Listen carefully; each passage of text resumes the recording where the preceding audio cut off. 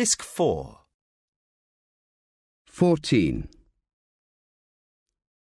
Sylvie has brought crab cakes and green and red curries from the Thai garden. When Staffe sees the thin segment of her in the opening door, he feels young. They eat on their laps, watching the 9 o'clock news and swapping curries halfway through, as they always have done. Pulford pops his head in after a night in Copper's Corner down the butcher's hook and says he will leave them to it. "Don't be silly, David," says Sylvie. "Get a plate. I'm off for an early night anyway." She takes the bottle of Crianza with her and tips Staffe the wink not to be far behind. On the hearth, he sees her mermaid mug, from the weekend they had in Copenhagen, the first time they were together. It is her favourite mug, and he wonders when she brought it over here, and how significant that might be. He follows 5 minutes later, and she seems like a stranger, more demure and faltering in one phase, more brazen and direct in the next.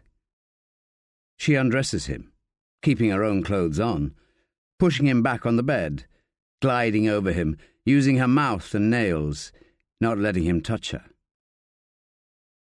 She holds herself above him, barely touching him, and Staffe wonders where she knows this from, and he wants to ask, but can see how that might harm him. Eventually she hitches down her pants and sits astride him. She moves slowly, him inside her, and she comes quickly, falling equally quickly to sleep, still wearing her blouse and skirt. And through her soft, mumbling shudders, Staffe contemplates whether the proposal might have changed things. He wonders if, by employing such variety, she was trying to fix something she thought might be broken. Staffe tries to find sleep, but Elena, and now Rebecca, repeat on him. Everything of tangible significance seems to be dropping into Rimmer's lap, and all because he went on that stupid jaunt up to Suffolk. He should learn to control his intuition. And he should have declared the evidence Rebecca had hidden. Tomorrow he will tell Pennington. Sylvie turns, emerging briefly from her sleep. She wraps her arm around him and says, "Can we do something tomorrow? Maybe go to Vicenti's." "I told Marie I'd take Harry out, in the day. If you fancy it, we could take him to the park." Staffe takes a hold of her hand, feels the emerald. "Try and get a kite up." As she falls back into sleep, he listens to merrymakers being chucked out of the restaurant in the square, beyond his short garden. Their good cheer is made soft by the falling snow. White triangles and rhombus shapes of roofs against the black sky look like cubism. It might be a metaphor, he thinks, as dreams come, but isn't sure that makes sense.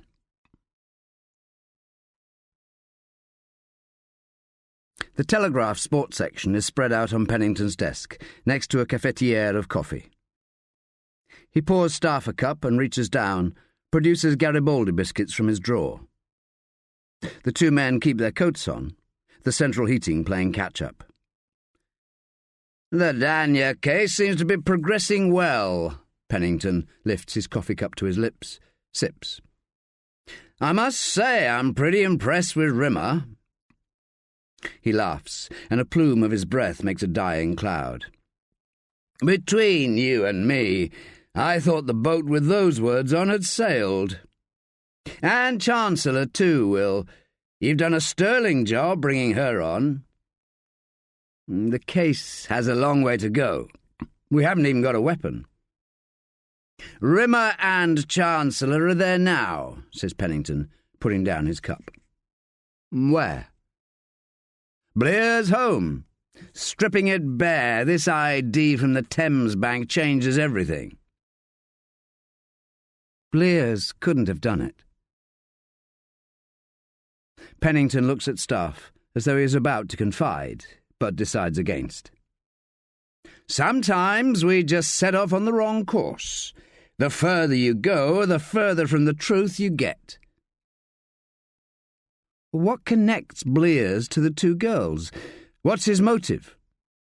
Well, they're prostitutes and he's a pornographer. Some of the material he had is criminal. What more do you want? Danya and Stone were friends. Well, that's exactly what Rimmer's saying. Blear's found something on the first to lead him to the second. And what took him to the Thames Bank Hotel in the first place? He's an actuary for Rees Zurich on Cannon Street. They had their Christmas do at the Thames Bank last year. He knows the place. You know how easy it is to get a girl to a room. It's just a matter of money. Pennington fills up Staffe's cup.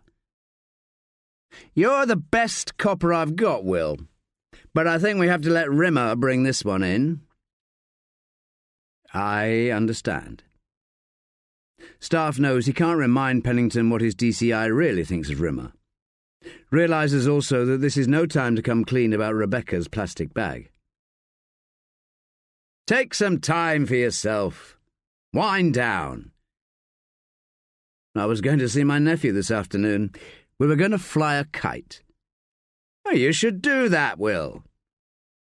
Pennington smiles benignly, an odd look. Parliament Hill? Yes, sir. Like Pulford said, there are times when it's best to sit on the banks, wait for the bodies to come floating by. He thinks of Elena's cold white corpse. He feels an anger breaching, so incants a mantra. Pacify yourself.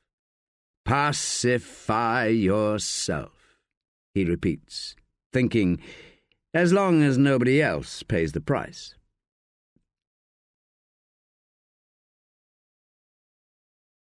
Gary Mulplant's shift at the Thames Bank starts at noon. Staffe waits in the bar, looking out over the cold, wily river and browsing the Suffolk Gazettes from the dates when Macari stayed at the Signet. He also has the data matches from the two murdered girls. Staffe looks down the computer distillation of all the information on Elena Danya and Rebecca Stone. The matches are profession, city of residence, absent electoral register, absent NI contributions. Criminal records do not match. Elena is clean as a whistle in that respect. Neither of the girls is licensed to drive a car, and neither has a history of sexually transmitted disease, nor serious illness, though Rebecca, it seems, has been knocked about and is prone to overdosing. In terms of their phone records, the murdered girls shared 5 common numbers.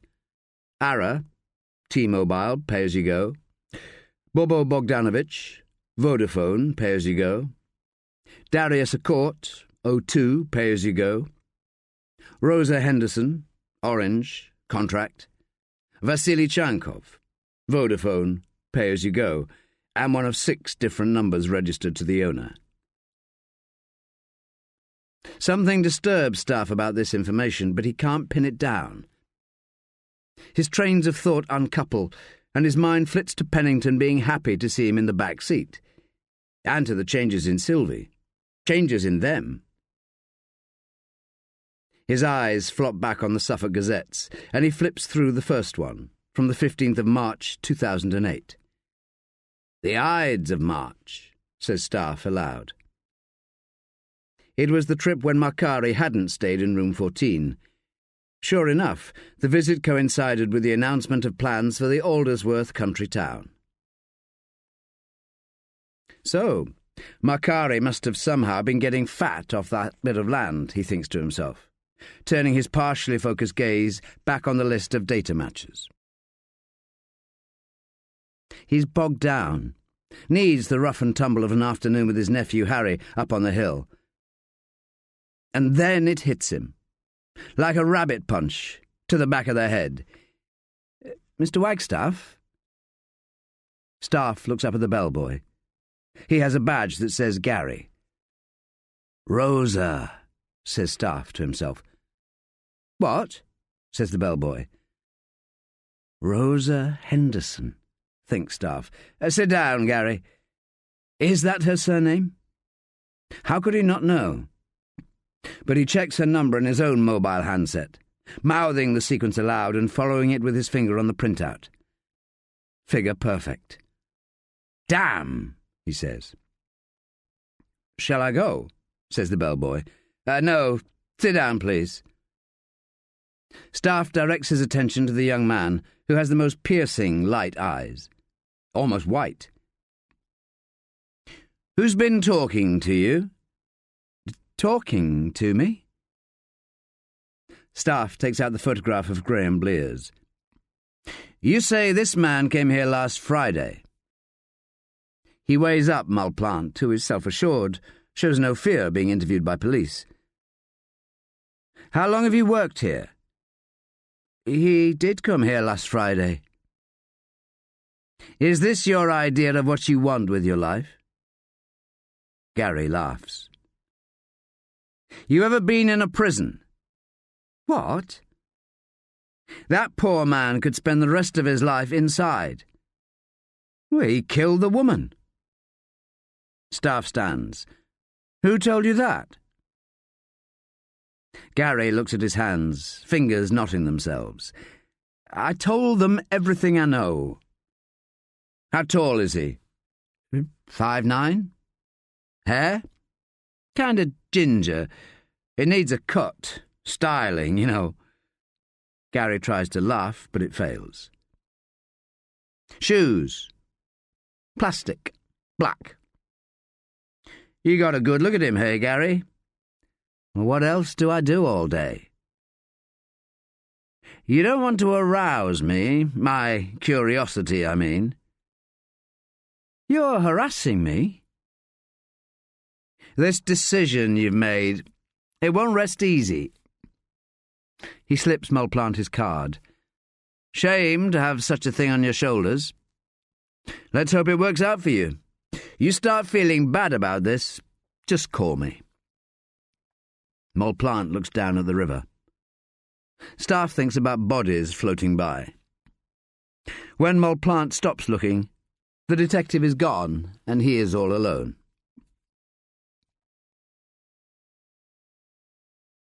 From the kitchen in Marigold Gardens, Josie watches the forensics team clear up in Blears' snowy garden. They have practically disassembled the shed and put it back together. "Seems a shame," says Rimmer. "What's that?" "These taters. Aren't they lovely, all nobbled and clods of earth on them? You don't get 'em like that in the shops." Rimmer holds the spud under the tap, rubs the soil from the skin and holds it up. "See?" Josie takes the potato from Rimmer, watches forensics put the last deck chair back in the shed and close up. The garden is 30 feet of lawn, bordered by dwarf evergreens and flowering alpines. Home-grown, wouldn't you say? Rimmer looks out at the frosted garden. "Where does he grow them?" "An allotment," says Josie. "I'll get on to the council." Her blood runs fast and her fingers tingle. Graham Blears' allotment is as orderly as his house, as is his potting shed, which Josie and Rimmer are systematically turning inside out, watched by 2 forensics officers who have just bagged 3 box files of no-limits pornography, including US snuff. Josie pulls the rocking chair from the corner and rolls back the rug, but nothing is there. No signs the floor is loose. She taps her heels on the boards. No variations in tone. She notices that the floor is just like the ceiling, tongued and grooved. But this feels wrong, this flatness of the ceiling. Josie goes outside to check she is right. The roof of the potting shed is pitched. "He's made it like home," she says, going back in, standing on a box, pressing up on the varnished pine with her nails. Rimmer follows suit, and they check the ceiling from each end, working to the middle, but they don't meet, because Josie presses one length of pine that lifts. Then the next. She calls the forensics team to investigate every last inch of the void.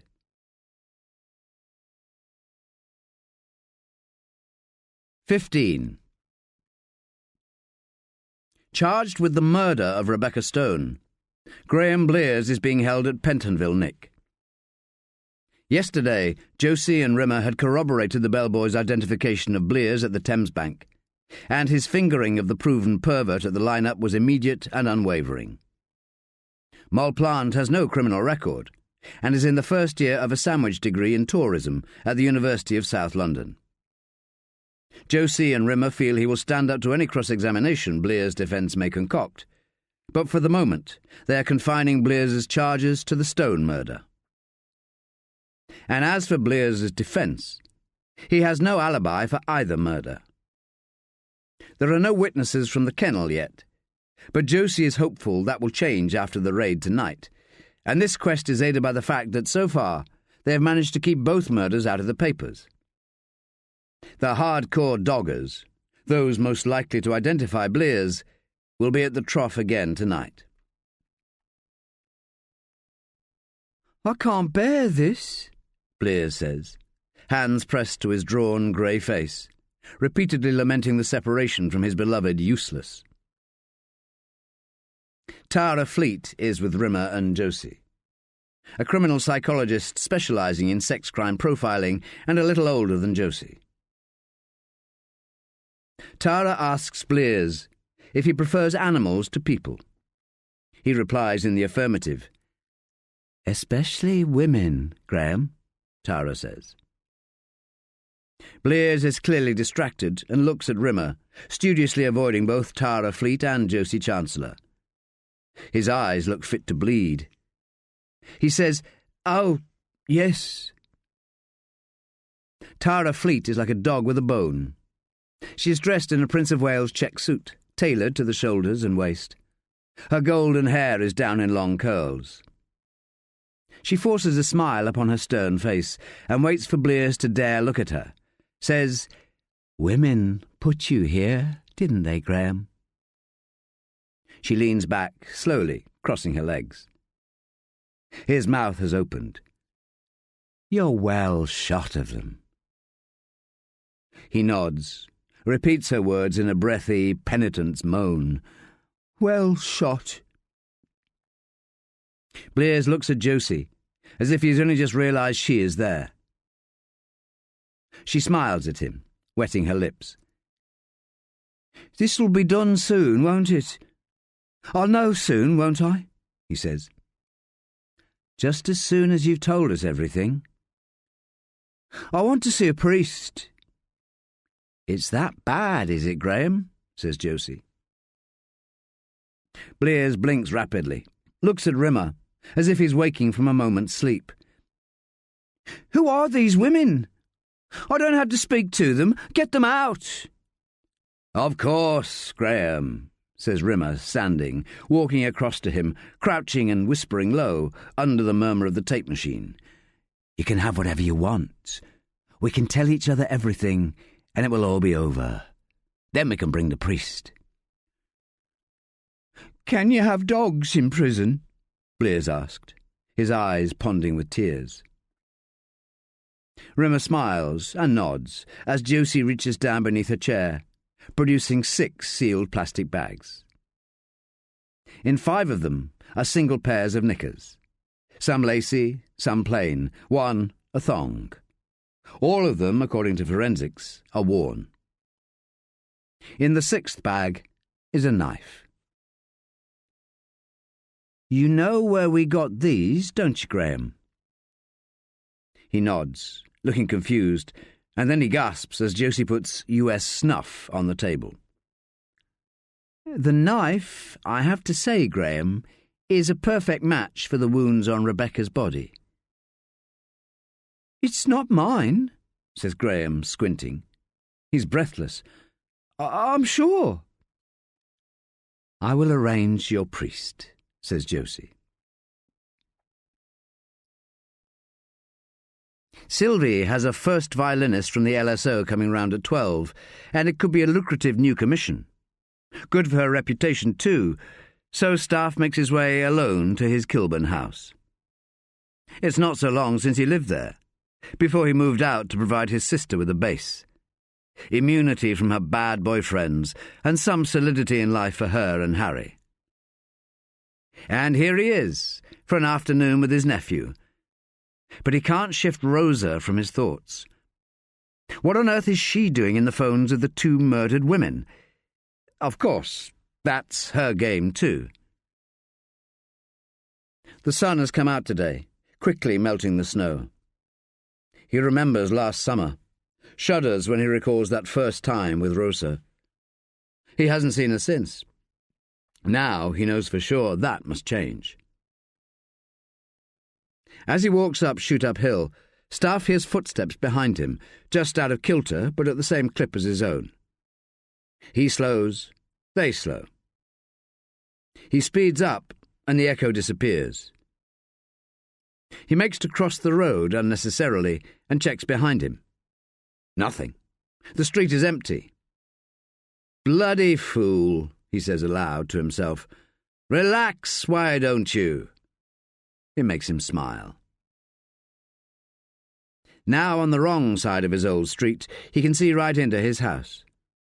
Harry is sitting in the window of his mother's bedroom, rocking slightly and mouthing words. It cracks Staffe up, and in the crisp winter chill he hears himself laugh out loud, plumes of happy gas coming from his mouth. Harry has his Apple buds in, and Staffe tries to imagine what he might be listening to. His father's bad rock, or his mother's tortured singer-songwriters. Staffe gave him some Chet Baker the other week, and plans to have him into Coleman Hawkins by next Christmas. The boy will be amazing. Already is. And as Staffe pictures him growing up, his nephew sees him, jumps up and down and bangs the window. The glass warps and steams up in the brilliant December sun. In the taxi up to Parliament Hill, Harry chit-chats away, updating Staffe on his new school and his football and his music. It softens Staffe's heart to even contemplate that the young boy might be too bright for his own good. The driver chips in, and Harry scoots across to the tipper seat. He talks briskly through the paying hole, telling the cabbie all about his favourite team and players, and how the footballers are all paid too much, and his team is Orient because they're a proper team. The driver challenges him to go through the team. Harry scrunches up his face and slowly, surely, reels them off, from goalie to strikers. "I did it, Will! I did it!" Harry spins round and is beaming, holding aloft the pound coin that he's won from the driver. "You got trouble on your hands there, governor," says the cabbie, smiling all over his face. They get out of the cab, and Staffe watches Harry run off into the park, trailing the kite behind. He wonders at the power of innocence to bring joy into the city. Then, hands come from nowhere, cold on his face, over his eyes. His heart stops as he recalls the steps behind him on Shoot-Up Hill, and he spins round, the heart quickly catching up double time. A familiar voice spears words towards him. "Guess who?" Sylvie is beaming, bright-eyed. She says, "No need to worry, Will. I won't harm you."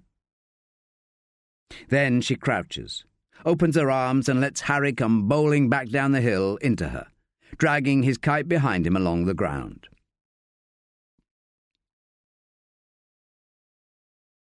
Two men, each with the collar to his overcoat turned up, stand on a knoll, looking across at Staffe, Sylvie and Harry.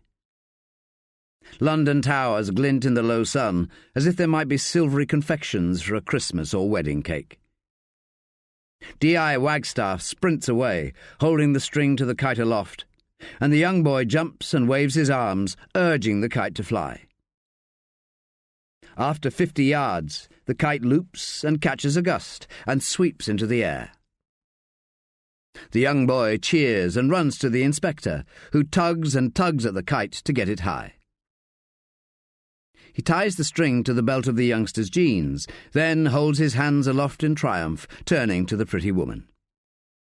She claps her gloved hands and opens her arms, invites him to run to her, which he does. She wraps her arms around his neck, and turns to make sure the boy is not looking, then kisses him full. Their heads move slowly, like clouds. "That's him," says the elder of the two men, tall, barrel-chested and erect. He has a perfectly bald pate and a pencil moustache. "He doesn't look like a detective inspector," says the lean, ruddy-faced younger one, hints of soft scouse in his voice. He adjusts his tie, turns his head towards the low sun, and regards the scene around him. "They say he's unorthodox," says the elder. The younger says, "We'll use that to fuck him over." The silver gherkin glints bright in the east like a fat candle alight. You can see it from the inspector's office, but things look different from up here. You can see the whole picture.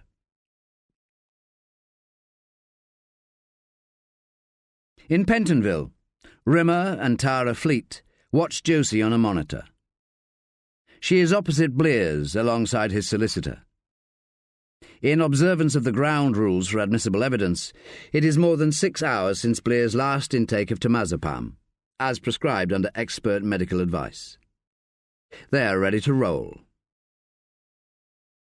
Josie adjusts her skirt, an inch or 3 shorter than she would normally wear for work. Her tights are sheer. Minutes earlier, under prescription from Tara Fleet, she had applied lipstick, which she hardly ever wears. Blears says, "Where is he?" "You do not have to say anything," says his solicitor. "I want Rimmer," says Blears. "You can have what you want, Graham. D.I. Rimmer is on his way. He just asked me to get things started."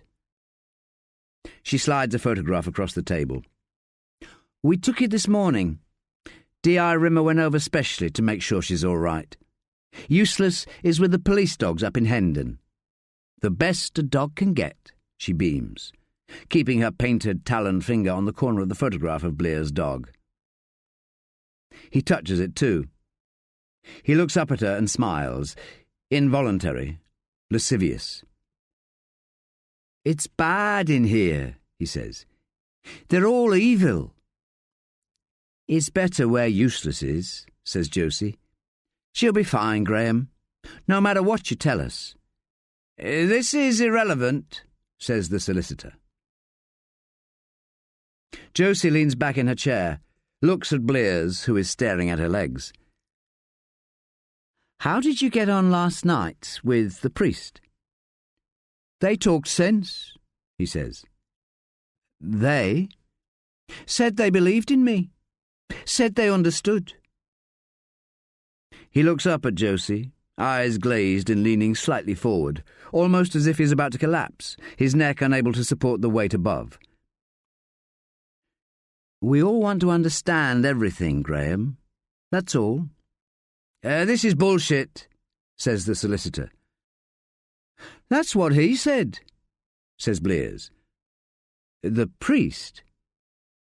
Josie uncrosses her legs, leans forward. "The priest said bullshit." "No, the other one. He said that I had to believe in myself. He said the truth is the truth, and I don't have to make things up to make things better." Blears blinks, looks around the room. "The other one?" Blears looks at Josie, then immediately down at his shoes. "He said it won't end until we get the right man. He said to believe in that. He asked me if I was him." "The right man?" says his solicitor. "Are you the right man, Graham?" says Josie. "You don't have to answer this question, Mr. Blears," says his solicitor. "I don't know," says Blears. He looks up for the briefest glimpse at Josie. Head down, he says, "That's your job." The door opens and Rimmer comes in with Tara Fleet. Says, "Sorry I'm late. Have I missed anything?" It's the sign for Josie to leave, which she does, taking an escort back to reception, running the gamut of wolf whistles and cat calls, the whole C to F of obscene invitations to copulate and fellate. Sodom puts his head above too. At the gate, she checks the visitor's book and runs a finger down the list of entries from last night. At 1900, Father O'Dwyer had signed in, and there, just below, she sees that at 1930 last night, a D.I. Staffe had signed in.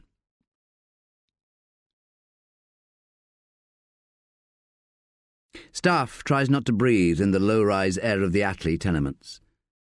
The smell of dogs and garbage cloys in his mouth and nose. There is no need to live like this, he thinks. Then reminds himself how little he knows. Last night he had called on Graham Blears, who seemed sedated, who seemed to want to believe that he, Staffe, had been sent from God. "You're here to save me," Blears had said, hollow-eyed as he sat in the plastic chair on the other side of the metal table, screwed to the concrete floor. "I've done some terrible things, and my hour is come." "You must save yourself, Graham," Staffe had said. "Tell me what you did, and forget the bullshit." "I didn't have the knife." "How did you kill them, Graham?" He shook his head. "I took use for a walk is how." "And what about the hotel?" "Well, they said I was there for a party." "You must tell the truth. Lies won't end this for you. They seem the easy way, but it is never so." Staffe pressed a palm to each of Blear's shoulders. "I can save you. With the truth." "My priest has come. I gave him my letter. That will save me." He had smiled at Staffe, and his eyes lit up briefly. For a second his wits seemed to have recovered, and he said, "I've saved myself. With that letter they cannot touch me, not now." "A letter?" said Staffe. "Who did you write to, Graham?" Blear's eyes grew heavy, and his frail smile faded quickly, to the nothing of his mouth's narrow slit. "I'm tired," he said. "You should go." As the P.O. led Staffe away, he said, "He do it?" "What do you think?" The P.O. shook his head, said, "Comes a point you can't tell. Sometimes they can't tell." Now, at the Attlee, Staffe steps away from the door he's just knocked on and waits for the mother of murdered Rebecca to welcome him into her down-at-heel home. He is surprised Nicholas Stone is so young, but when he looks again, the hair is split beyond repair and the makeup is thick. From within, the smell of fried meat and burnt-out chip fat loops and curls. "You'll have to come back." Nicholas squints at him, tilts her head to one side and makes a thin smile as she clocks that he is respectable, handsome even. She is drunk, even though it is day. "Who are you?" "Police." "Well, I'm not doing nothing. He's a friend, ain't ya?" She steps aside, and a 60-year-old man smoking a fag and watching telly from the sofa with his trousers round his ankles waves at Staffe. "It's about Rebecca." "I ain't got nothing to do with that bitch, no fucking way." "I have some bad news. Could I come in, please?" Nicholas steps back, and for a frozen glimmer of time she looks as if the life has just gushed away from her. Then she adjusts her footing and plants herself, hands on hips, says, "What is it?" Before Staffe can answer, she turns to her gentleman friend and says, "You fuck off!" "What about my tenner?" "Come back later." As Nicola turns around, her housecoat falls open, shows her lifeless breasts and the apron of skin that folds down over her mouse-grey pubis. She doesn't adjust, because she's too busy summoning life into her heavy eyes, looking deep at Staffe. She nicked my fella, you know. 4 years ago. Her lip quivers. She's not dead. Nicola takes a step towards him. Tell me she's not dead. She carries on coming, faster, falling into Staffe's arms and sobbing, saying over and over again, Not my baby. Not my baby. The old boy squeezes past, and Staffe kicks the door shut. He holds Nicola tight. She smells of drink and cigarettes, and something else, something warm and like tea-dunked biscuits, and from long ago. Eventually Nicola releases and tells Staffe everything. In terms of the case, it is nothing. Nicola doesn't know anything about Rebecca's Russian paymaster, or her friend called Elena, or, saddest of all, her dream of tending pets in the sun. Did she have pets as a child, Mrs. Stone? A gerbil. She killed it, though. You mean it died? Maybe. Staffe thinks it odd that Nicola doesn't ask how Rebecca was killed, or if she suffered. All her makeup cried away. All the dirty love rubbed raw. It is clear she knows how to protect herself. That some things are better not known.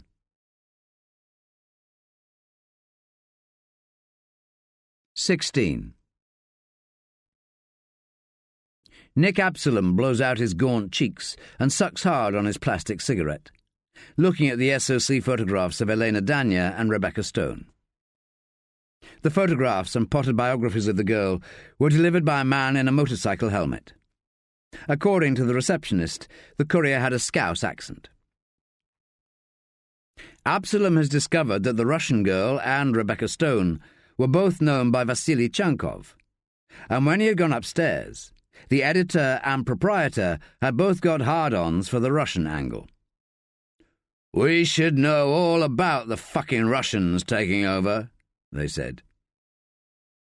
Absalom had heard the rumours about the news becoming an organ, a plaything for an oligarch, but he kept his mouth shut, his options open. Now he compares his two possible front pages. Absalom runs his nicotine-stained fingers through his fop's hair and stares at the screen. Vlad the Ripper. Twin sex murders point east. Brutal murders within London's sex industry hint at unrest amongst the capital's sordid fleshpots. He presses send, leaves it to the legal department to see what they make of it, but is certain that this version will be good to go. Chankov is not named directly, and there is nothing actionable in his vague, scaremongering copy. Nevertheless, he ponders what kind of reaction it will elicit from the Russian. Absalom always has an eye for the bigger picture. It is what will make him great, one of these days. And it doesn't escape him that Chankov's uncle Ludo is up for governor back in Russia. He also knows, in this climate, that times are tough for the Russians. They're all being called upon to make payments, to mend the gaping holes in those billion-dollar blankets. He picks up his coat and goes down to the cold streets for a smoke. In the atrium, thinking he is watched, he spins round, sees nothing untoward, save a flashlight image of himself in the plate window, looking like a man who has missed something. One package, one call. Too easy by half.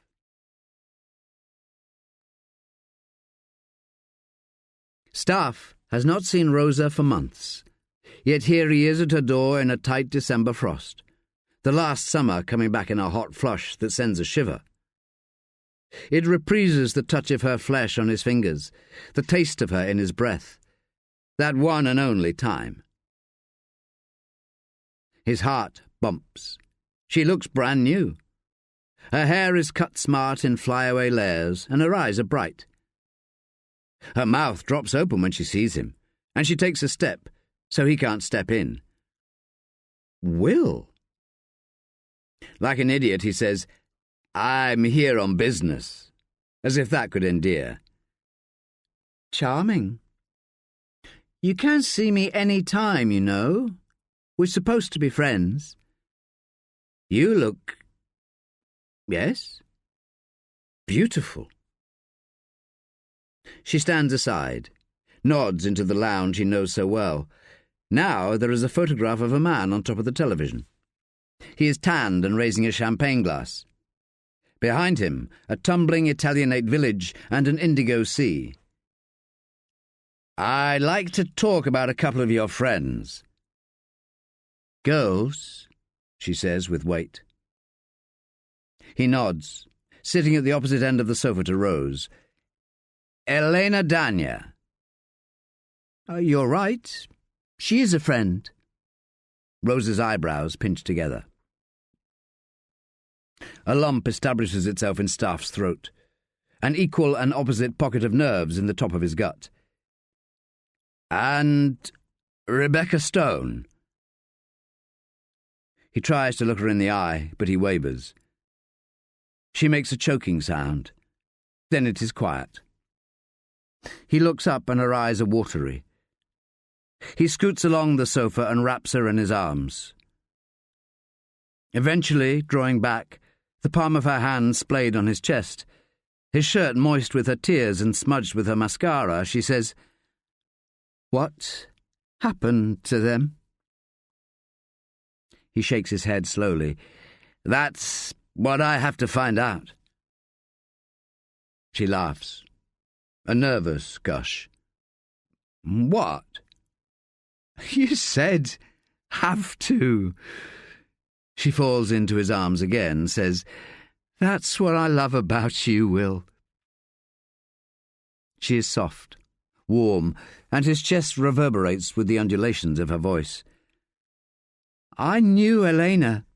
From a parlour I worked every now and then. I liked her straight away." "Which parlour?" "One of Chankov's joints, out Ilford way." "Ah, Chankov."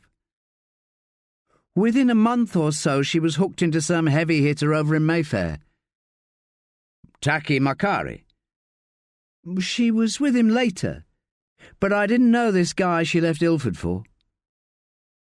"But she was still on the game. Elena didn't want to be dependent on any man. It was money she loved." "What about Rebecca?" Rosa smiles, as if she forgets for a moment that Rebecca is dead. "There was a time she'd follow me round everywhere. But as soon as she met Elena, we were never so close again. Elena took a shine to her, as if Bex was a baby sister or something. I never could work it out, but Elena loved that girl." Rosa pulls away. "You know, I introduced the two of them, and now they're both dead. If I hadn't—" A sob bursts, and she swallows it back. "That's nonsense," says Staffe. Rosa wipes her eyes on the back of her hand and inspects, saying, "How about you, Will? You got a girl?" Staffe nods at the photograph on the television and says, "Who's the fella?" "I asked first." "Sylvie," he says. "Ah." Rosa stands up, strokes her skirt down and plays with the zip at the back. She walks slowly towards the door, head bowed, opens it. "How did Elena end up with Makari?" "Why, that was all tits up." How do you mean?" "She met him through the trick. You should meet the trick through the pimp. Tits up." "You wouldn't describe Makari as a pimp, would you?" says Staffe. "Not really. He's got the executive, though." "Did Elena work for him at the executive?" "I wouldn't say Elena worked for anybody. Not after that first month or so, once she got to know the ropes. She was her own boss." "Well, how's that happen?" "She's beautiful and young and strong, and I suppose she's got the right connections. It's every girl's dream." Rosa checks her watch. "She cottoned on to the bankers. Those pinstripe boys love Elena like a bad wife. She kisses Staffe on the cheek, holds for a second. You'd have liked her. The real her. As he goes, Staffe feels as if he has betrayed somebody, which is nonsense, surely. Here and there, Christmas lights twinkle in the windows of the Barbicans' mid-rise flats. Some people are still at work, but most have spilled onto buses, down into the tube. Many have made away west for late-night shopping. He pulls up his collar and raises the clip of his stride to keep warm, and he is soon passing the Port Authority building at the back of Livery Buildings, the station not far away. But he steers a course away from Ledengate and follows the snaking red tails of the traffic all the way back to the square mile. Between the steel and glass gullies that run to the Thames, he glimpses the burnished copper domes of the Thames Bank Hotel. The Colonial Bankers' Club looks nothing from the outside, a slim, mullioned column of a building. Once you are in, it reeks of old England, as if it is decorated with white fibres. Staffe shows his warrant card, which makes the doorman stiffen, and the steward, witnessing this, smiles with all his restrained might. "How might I help you, sir?" "I would like to see the visitor's book." "Do you have somebody to sign you in, sir?" "Not exactly," says Staffe. "Then I am afraid," Staffe whispers. "There's no need to be afraid. Not unless I ticket all those cars on the double yellows outside." Staffe makes a point of examining his watch. "I'll be back with a warrant anyway. It could be very disruptive, for the lack of a little cooperation. Mr. My name is Dickinson, sir. I'll be 5 minutes, no more. And discreet. I can be discreet when I want." Dickinson looks across the lobby towards the dining room. The gentle clatter of pudding and wine, of cheese and port being served, rings through from the echoing dining hall. 6 gentlemen, 3 from the Far East, emerge laughing, plotting a naughty night, no doubt. Staffe says in a raised voice that makes the group stop and look, "Mr. Dickinson!" He lowers his voice. "If you please?" "Go through into the back," says Dickinson, referring Staffe to a cubbyhole behind the desk, as if he were showing him trifle from a trolley. Within 5 minutes, Staffe has what he wants. He doesn't quite know why he wants it, but there are 3 occasions on which Taki Makari has been signed in during the past year. The first time, he was introduced by a Leonard Howard, and the second time by Lord Audley. Last week, true to his alibi, he was signed in again by Leonard Howard, only an hour or so before Elena Dania and her unborn child were killed just a quarter of a mile away. Staffe hands back the visitor's book, apologising for being so uncouth. He actually uses the word uncouth. "Is Mr. Howard in today, Mr. Dickinson?" "I'm afraid not, sir." "Never mind. I'll catch up with him." He treats himself to a smile as he goes out into a thickening mist. The street lights are a soupy orange. He will treat himself to a couple of pints of ale in the jam pot before travelling home to meet Sylvie. Tomorrow he will lift the crust of this case. Good and proper. Bib and tucker. Rimmer sucks in the cold night, breathes out long trails of hot air, and transfers his weight from one foot to the other, looking behind. He has 3 unmarked cars as backup, and suddenly wonders if he is under-equipped. His heart beats fast as he holds his arm aloft, waving the cars into the forest clearing. He says to Josie, "Let's see what we can catch."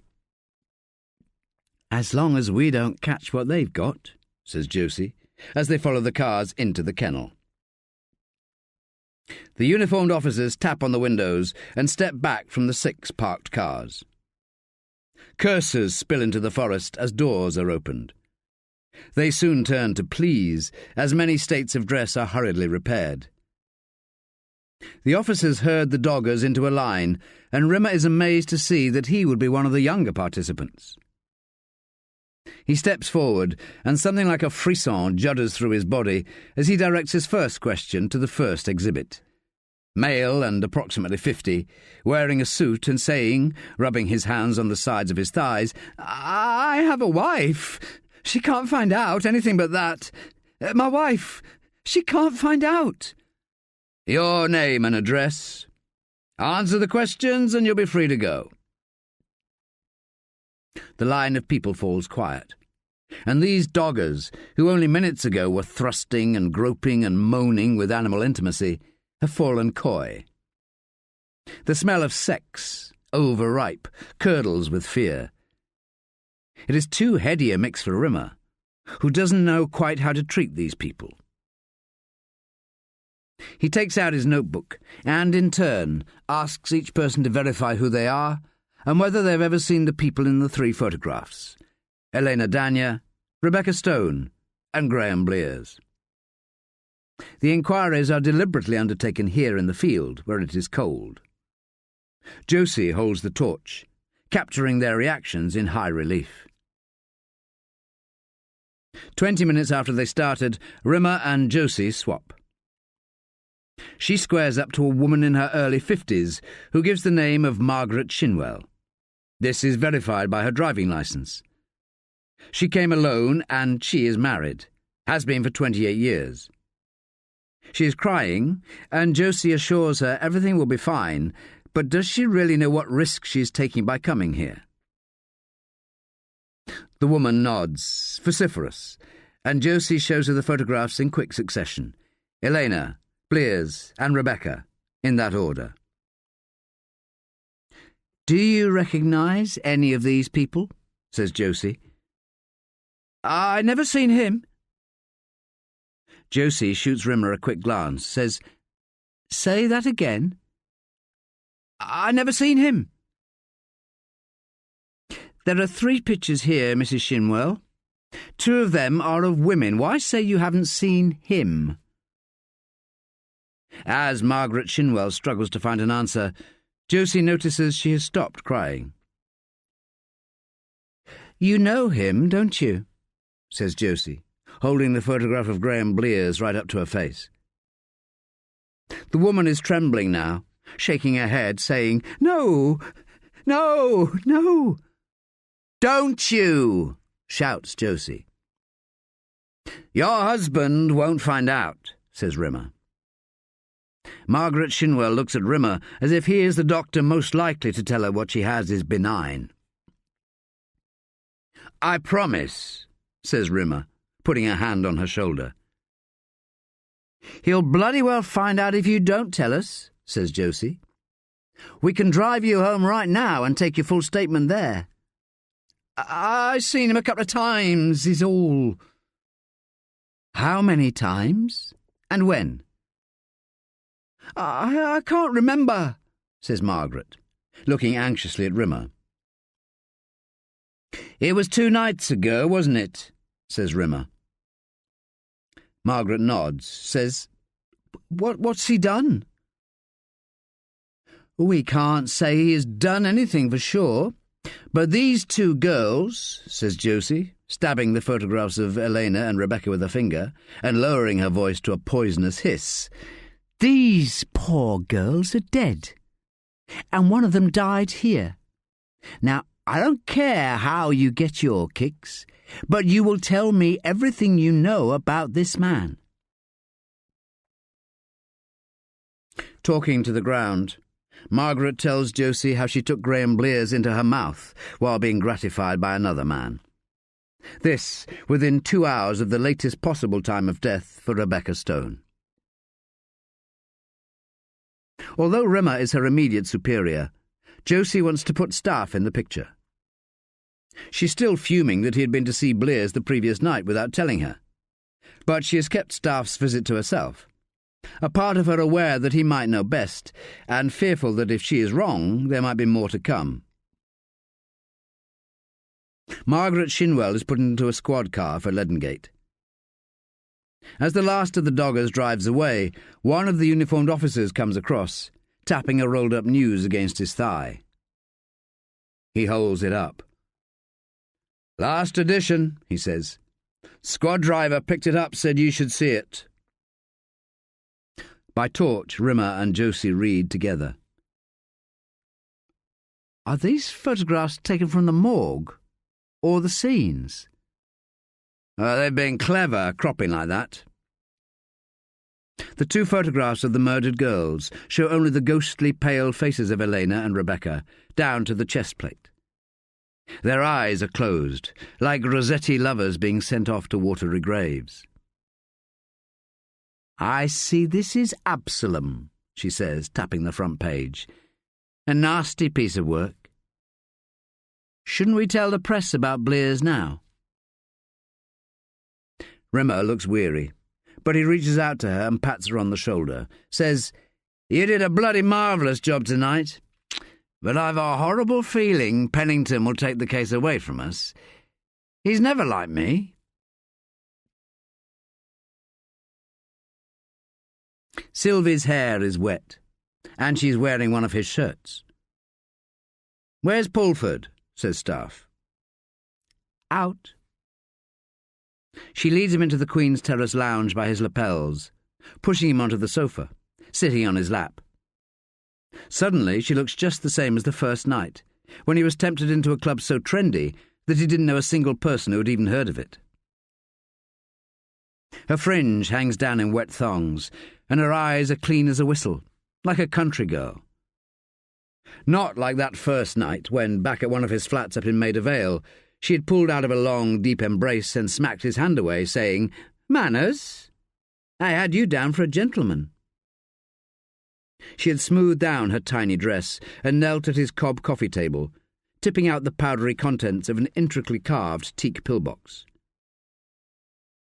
"You having a line?" Staffe had shrugged. She said, "You'll treat me right. I can tell you know not to hurt a girl." He later learned that Sylvie had discovered, earlier that week, her mother was pregnant by her French boyfriend, the latest in a constant line. She would never meet that sister. Now, Staffe pulls her towards him. He kisses her, and she opens her mouth. He holds her away, looks into her eyes, and says, "Remember our first meal?" "I remember the drive home." "I spent a fortune on you." "And I," she stands up, unbuttoning the shirt and letting it slide to the floor, "was worth every penny. You said so." "I love you," he says, glancing towards the door. "How much?" "Every inch of you." Sylvie raises a leg and plants her foot on the sofa. "You haven't even noticed what I'm wearing." Staffe looks her up and down, smiling. She twinkles her left hand, and his eyes go wide and bright. The Ural's ring catches the light, and he gasps, "You're saying yes?" She pushes him back, kissing him, saying, "You'll treat me right, won't you, Will? Not hurt me."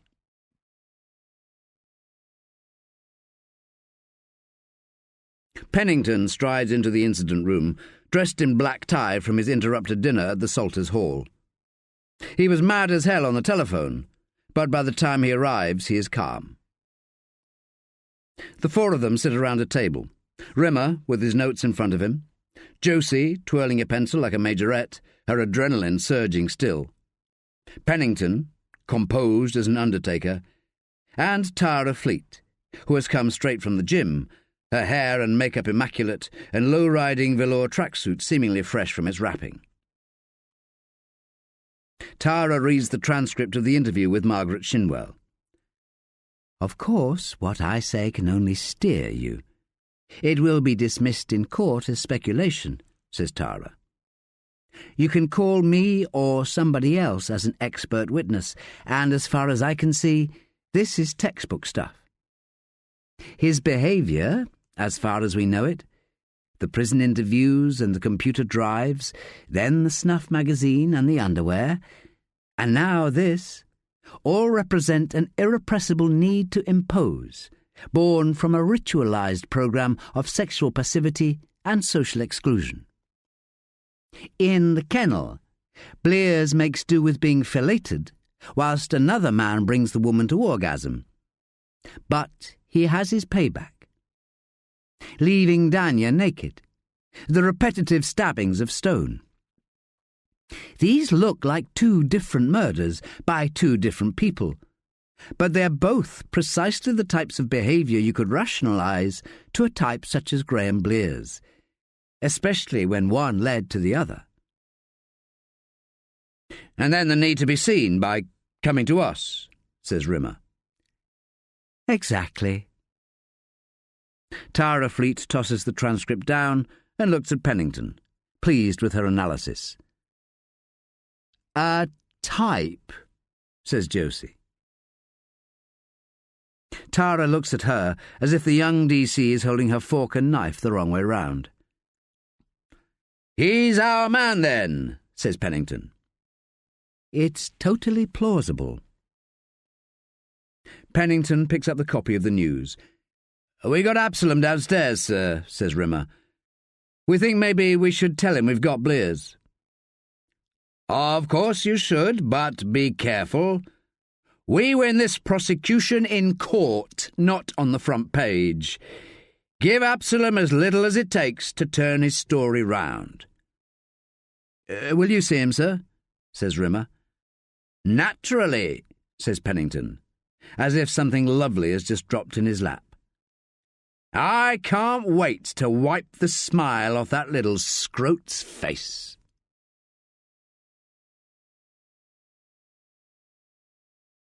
"17.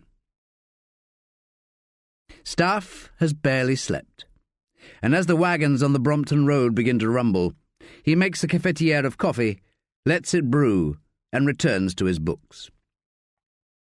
Who's Who lies open at H, and he rereads the entry for Howard, Leonard, Patrick, Mark. Born 1955. Educated at Ampleforth and St. John's College, Oxford. Howard married Imogen, née Audley. He has 2 children, Roderick and Arabella, and is deputy chairman and head of corporate finance at Lang's Bank. He is a fellow of the Royal Geographical Society, the Royal Horticultural Society, and the Royal Yacht Club. His wife died in 2005. Blood doesn't get much bluer than this. Yet what interests Staffe most is the unknown, stark relief to the published history. His daughter, domiciled in the telememories of 2 dead whores. The day emerges, pale and misty, and he mooches into the kitchen, puts a dash of vinegar to the pan of water, delicately breaks 2 eggs into a rolling boil so they form and hold teardrop shapes. He toasts 2 rounds of pain rustique, pours the coffee, butters the toast, and scoops the eggs. As he takes the breakfasts up on a tray, he catches himself humming Pavan for a Dead Princess. After breakfast, Staffe climbs into a pair of gunmetal grey chinos. Sylvie comes up behind him, laughing. She slaps his backside and says, "Mornings aren't exactly a minefield for you, are they, Will?" "How do you mean?" She points into his wardrobe. 4 pairs of chinos and 4 pairs of jeans. 2 leather jackets and 1 suede one. 4 blue shirts and 2 white. 2 pairs of Chelsea boots and 2 pairs of loafers. That's it. Don't you like the way I dress? Oh, don't worry. I'm not going to try to tailor you. I'm taking you off the peg. A loud rap from the front door is followed by 2 rings on the bell. Staffe pulls on a blue shirt and rushes to the door, says, "What's up?" Josie walks past him and into the lounge, tossing last night's news onto the coffee table. She puts her hands on hips like a little missy. "This? And your visit to Blear's, for starters? You could have told me you were going to see him." "Nothing came of it." Josie taps the copy of the news. "Where did Absalom get his front page, sir?" "Well, you think it was me?" Josie looks past Staffe. Sylvie is leaning against the frame of the door, and the 2 women smile at each other, cool and polite. "I'll see you down at the station, sir," says Josie. "I'll come with you. Just give me a minute." In the kitchen, Sylvie is putting coffee into the cafetiere, enough for 3 people. "Don't worry. I know," she says. "Know what?" She puts her arms around him. "You have other people's lives to slide into and out of. That's what turns you on about your job, and it's part of what I love about you." "You love me," he says. She punches him in the chest and holds up her ring finger. "Don't be an idiot." "Will you go public on Blear's arrest now?" says Staffe to Josie as they walk down from Farringdon Tube. The night snow is grainy and hard, and people walk gingerly, sometimes slipping and laughing. "Pennington's spoken to Absalom already." They are outside the Port Authority building, and Staffe taps Josie on the shoulder, points towards the Barbican. "I'm going this way." "We've got all the witness statements from the kennel, and the evidence from Marigold Close is all bagged and indexed. You should have a look." "I will." "And Tara Fleet's preparing an expert witness report." "Tara Fleet? Was she Rimmer's idea?" "What did you say to Blear's?" asked Josie. "I wanted to look him in the eye. I wanted to hear him tell me he didn't do it." "And did he?" "Get Tara Fleet to ask him." "Did he deny it, sir?" "Not exactly." He watches Josie go, thinks back to what she was like just 18 months ago, when she first joined the team. His team. As he crosses the Barbican Piazza on his way to Rosa's place, he watches a postman doing his rounds, and he wonders what might be in the letter Blear's had penned. He wonders also if there will be some kind of law of diminishing returns that applies to Rosa and her profession. The last time, she told him to phone ahead, so he takes out his phone, seeks her out, and presses green. "Will," she says down the phone, "it's not like you to call." "Can I see you?" "Of course you can, but I have to go out soon." He makes the knock on the door. She says, "Hang on, don't go away." He smiles at the prospect of his surprise playing itself out, but he immediately questions how inappropriate it might be to want to see her light up for a moment. The door opens, and her face does light up. She says, "Will!" steps forward, hugs him, and then moves back, holding onto his hips.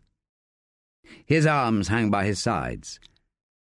"Why the long face?" says Rosa, inviting him in. She makes tea, constantly lamenting the fate which befell Elena and Rebecca. "There are some names in their phones," he says. She sits alongside him on the sofa, and he shows her the list, distilled from the dead girl's data matches. "We know Bobo and Chankov, and you, of course," says Staffe. "What about the others?" Rosa says, "Kimberly was one of the girls, but she moved away back up to Manchester a year or so ago. Which figures, thinks Staffe. The last call is over 6 months old. But this one, this Ara, she was friends with Elena and Rebecca. They was thick as thieves. Rosa shakes her head. She's not my cup of tea. Not by a long chalk. One of the girls, says Staffe, knowing Mitch had said not. Rosa shakes her head again. No way. But not so you'd know. Unless you knew. What do you mean? She's a rich little girl gone wrong. Her boyfriend. Rosa taps the paper with a French manicured nail. This bloody Darius. He deals. To Bex. And to Elena for her clients. Elena can take or leave the stuff, but not Rebecca. She's talking about the dead girls, as if they might be meeting up later to shop out west, or kill a couple of bottles of dry white. Rebecca can't help herself. She glazes over, talks low as if to herself. Life's hard enough without making it so. Arabella had choices. But, you know, if Rebecca or Elena had those choices, they'd be here now. Rosa's voice begins to crack. Arabella. Her surname is Howard? Rosa nods. You didn't just come for a chat. Do you have to go out? We could talk if you wanted. The Metropole. It's a good number. You shouldn't go to hotels. Don't judge me, Will. He wraps an arm around her, and she flinches.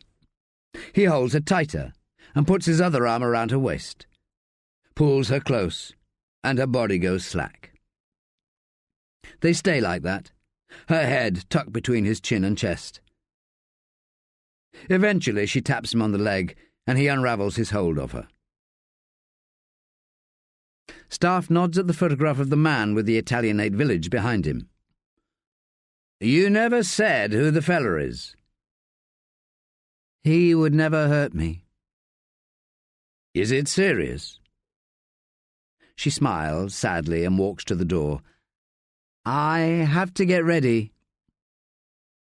He says, It's strange how you're in the middle of all this. Mine's a tiny world, Will. You'd be amazed how few real pervs there are in this city. The sugar dusting of snow is brittle with frost, like brûlée. Yesterday, London's snow turned to slush almost as soon as it fell, but the temperatures are so low today that it has retained its crust on the pavement. There is a chirp in the air, a fairy tale Christmas just around the corner.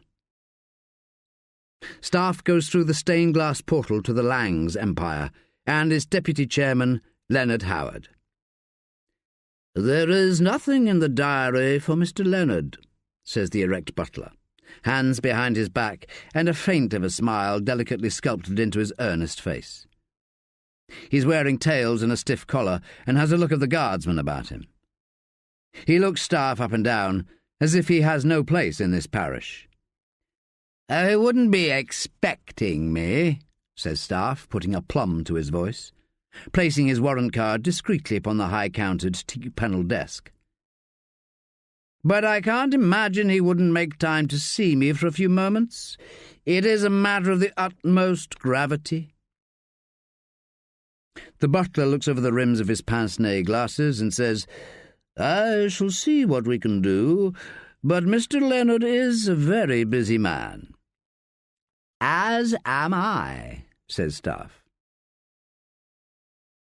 They wait for Mr. Leonard to pick up, and Staffe leans forward, says almost under his breath, "Whether Mr. Howard can see me or not, he will see me.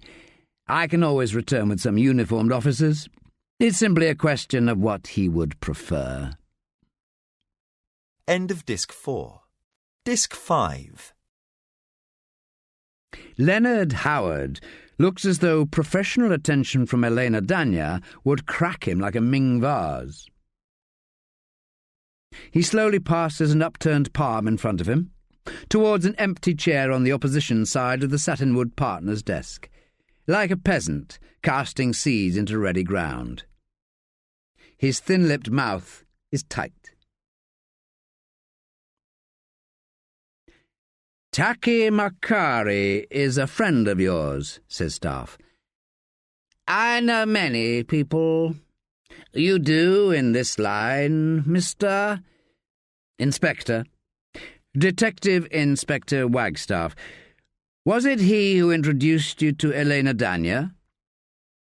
As he says this, Staffe scrutinises Howard's reactions. And right enough, he stops blinking and his eyes widen. His thin mouth opens and he stares into his lap for a moment. "Is Mr. Makari in some kind of trouble?" "I'm afraid that I asked the questions, Mr. Howard, and I would like to know exactly where and when and in what circumstances you met Elena Dania." "Is this all you have come for?" "This, and to find out where your daughter might be." "Ah, I see. What has she done?" He smiles. "Ah, another question from me, not allowed." Howard interlocks his fingers, seems to consider what information he should impart. After a long silence, and as if reading from text, he says, "Taki and I have a business arrangement near my home in Suffolk. It is something for which I have dispensation from my directors here and from the Bank of England. In the course of these arrangements, I had cause to meet Miss Dania." He pauses. "On a number of occasions." "And she was a friend of your daughter's?" "I would not attempt to choose Arabella's friends." He stops, frowns, and says, "Was? You said Miss Dania was a friend?" "Oh, I'm sorry. Elena Dania has been murdered, Mr. Howard. But you know that, don't you?" "How could I possibly?" "Where can I get hold of your daughter?" "I don't understand what business—" "I don't understand. You are in cahoots with Makari, and his murdered mistress bought her drugs from your daughter." "I am not in cahoots." Howard checks his watch, is clearly fuming. "You hosted Makari at the Colonial Bankers Club last week." Howard nods. "Why did Elena Dania call the club while you were there?" "I haven't a clue." "Is it so?" "It was one of the last calls she ever made." Staffe stares Howard down. "Silence isn't one of your privileges, Mr. Howard." "I am perfectly prepared to be interviewed under the appropriate conditions." He reaches into a drawer and hands Staffe the business card of Sir Ralph Wakeman, Essex Court. "If you call my barrister's chambers, I'm sure they can arrange for your questions to be answered." Staffe says, "You are too kind." Thinks that this isn't the time for that. In fact, he has a shortcut he can take just around the corner. Finbar Hare is not quite in Howard's league, but he's been in and around the city all his working life. Many years ago, he and Staffe parted hard. Now they struggle to see each other once a year. This is the first time Staffe has visited Finbar at these new glass and steel offices. As he enters the marbled atrium through 5-yard-high revolving doors, Staffe's phone vibrates, and Finbar's name fades to Janine. He answers. "You asked about the dead fetus, Staffe. Well, Taki Makari is definitely the father. No mistake, It's a match from the hare you gave us. Lucky for Tacky, we seem to have the man who killed his unborn daughter. Josie came to pick up the reports. They're within a whisker of a confession, she said. It wouldn't surprise me one bit, says Staffe. He might be a pervert, but he strikes me as an honourable man. Please, says Janine. I'll let Macari know, says Staffe, hanging up and getting into the lift. All the way up to the trading floor, London spreads wider and wider, like a magical city in a pop-up book. The snow-white fields of Essex and Herts and the Chiltern Hills appear like crumples beneath the clear sky. As he rises, Staffe sees that Macari, with his impeccably bred wife and his power-mongering friends and associates, would be better served if the bastard daughter to his whore mistress was prevented from entering this world. Finbar Hare meets him at the lift. Staffe's friend of 20 years, with whom he has played rugby and drunk furiously, has changed further in the year or so since they last hooked up. His stomach hangs over a belt that won't stay, and his hair has thinned. His face is puffy and pale. Staffe tries desperately not to say, "Bloody hell, man, what's happened to you?" But Finbar slaps his belly and laughs, motions for Staffe to go into his office. He says, in a slow and soft earth voice that always made women swoon and men unable to dislike him, "Couldn't this have waited a couple of hours? We might have had a drink. Or are you still off it?" Staffe shrugs. Off and on.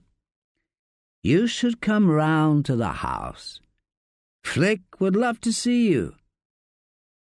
Staffe must express surprise because Finbar says, "Oh, yes, we're back together, miracles happen. But this isn't a social call." "Leonard Howard, Finn. He works for Lang's, I know. Christ, what's the poor bastard done to have you delving into his life? He's a chosen one, you know, Staffe. Tread softly, my man. I can be subtle, you know." "Ah, so some things do change." He looks at his watch and makes a grumpy face. "A quick snifter?" "Well, don't let me stop you." "You know, word is that old Leonard might be up for the nod in the New Year's list." "What's he done to deserve that?" "As if we'd ever find out." Finbar laughs, pouring himself a nip of whisky and holding the bottle up to Staffe, who shakes his head, wishes he could find time to meet his friends more. "Arise, Sir Leonard, for services to the world of money, and your third world yomping, and all that dead game you litter East Anglia with, and God, of course." Staffe says he's related to those Howards. "All the way back to Mary Bloody Tudor, except Leonard's lot let it slip. Back out of line. But his wife got them back on track, though. She's orderly. And deader than a dodo. Poor Lenny. I only met him a couple of times. We hosted him at Twicker's once and had him over for a director's lunch." Finbar leads the most irreverently charmed life. He got capped for England, just the once, and that disastrous debut is possibly the only bad luck he ever suffered. In fact, it made people like him the more, and smoothed his way into what he does now. Talk about establishment.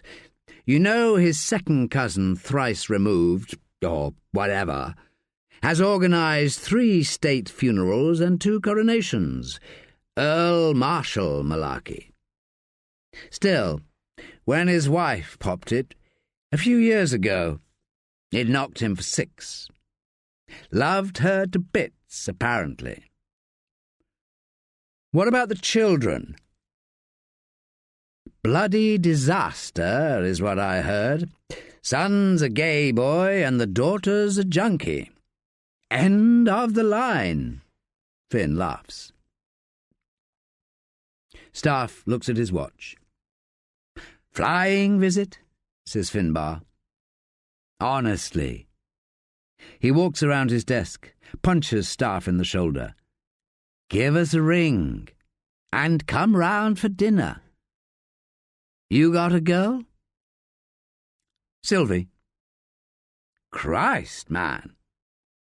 Finbar clicks his fingers and whistles. Still batting above your average, then? Bollocks. If you're still with Sylvie, you've got to come around.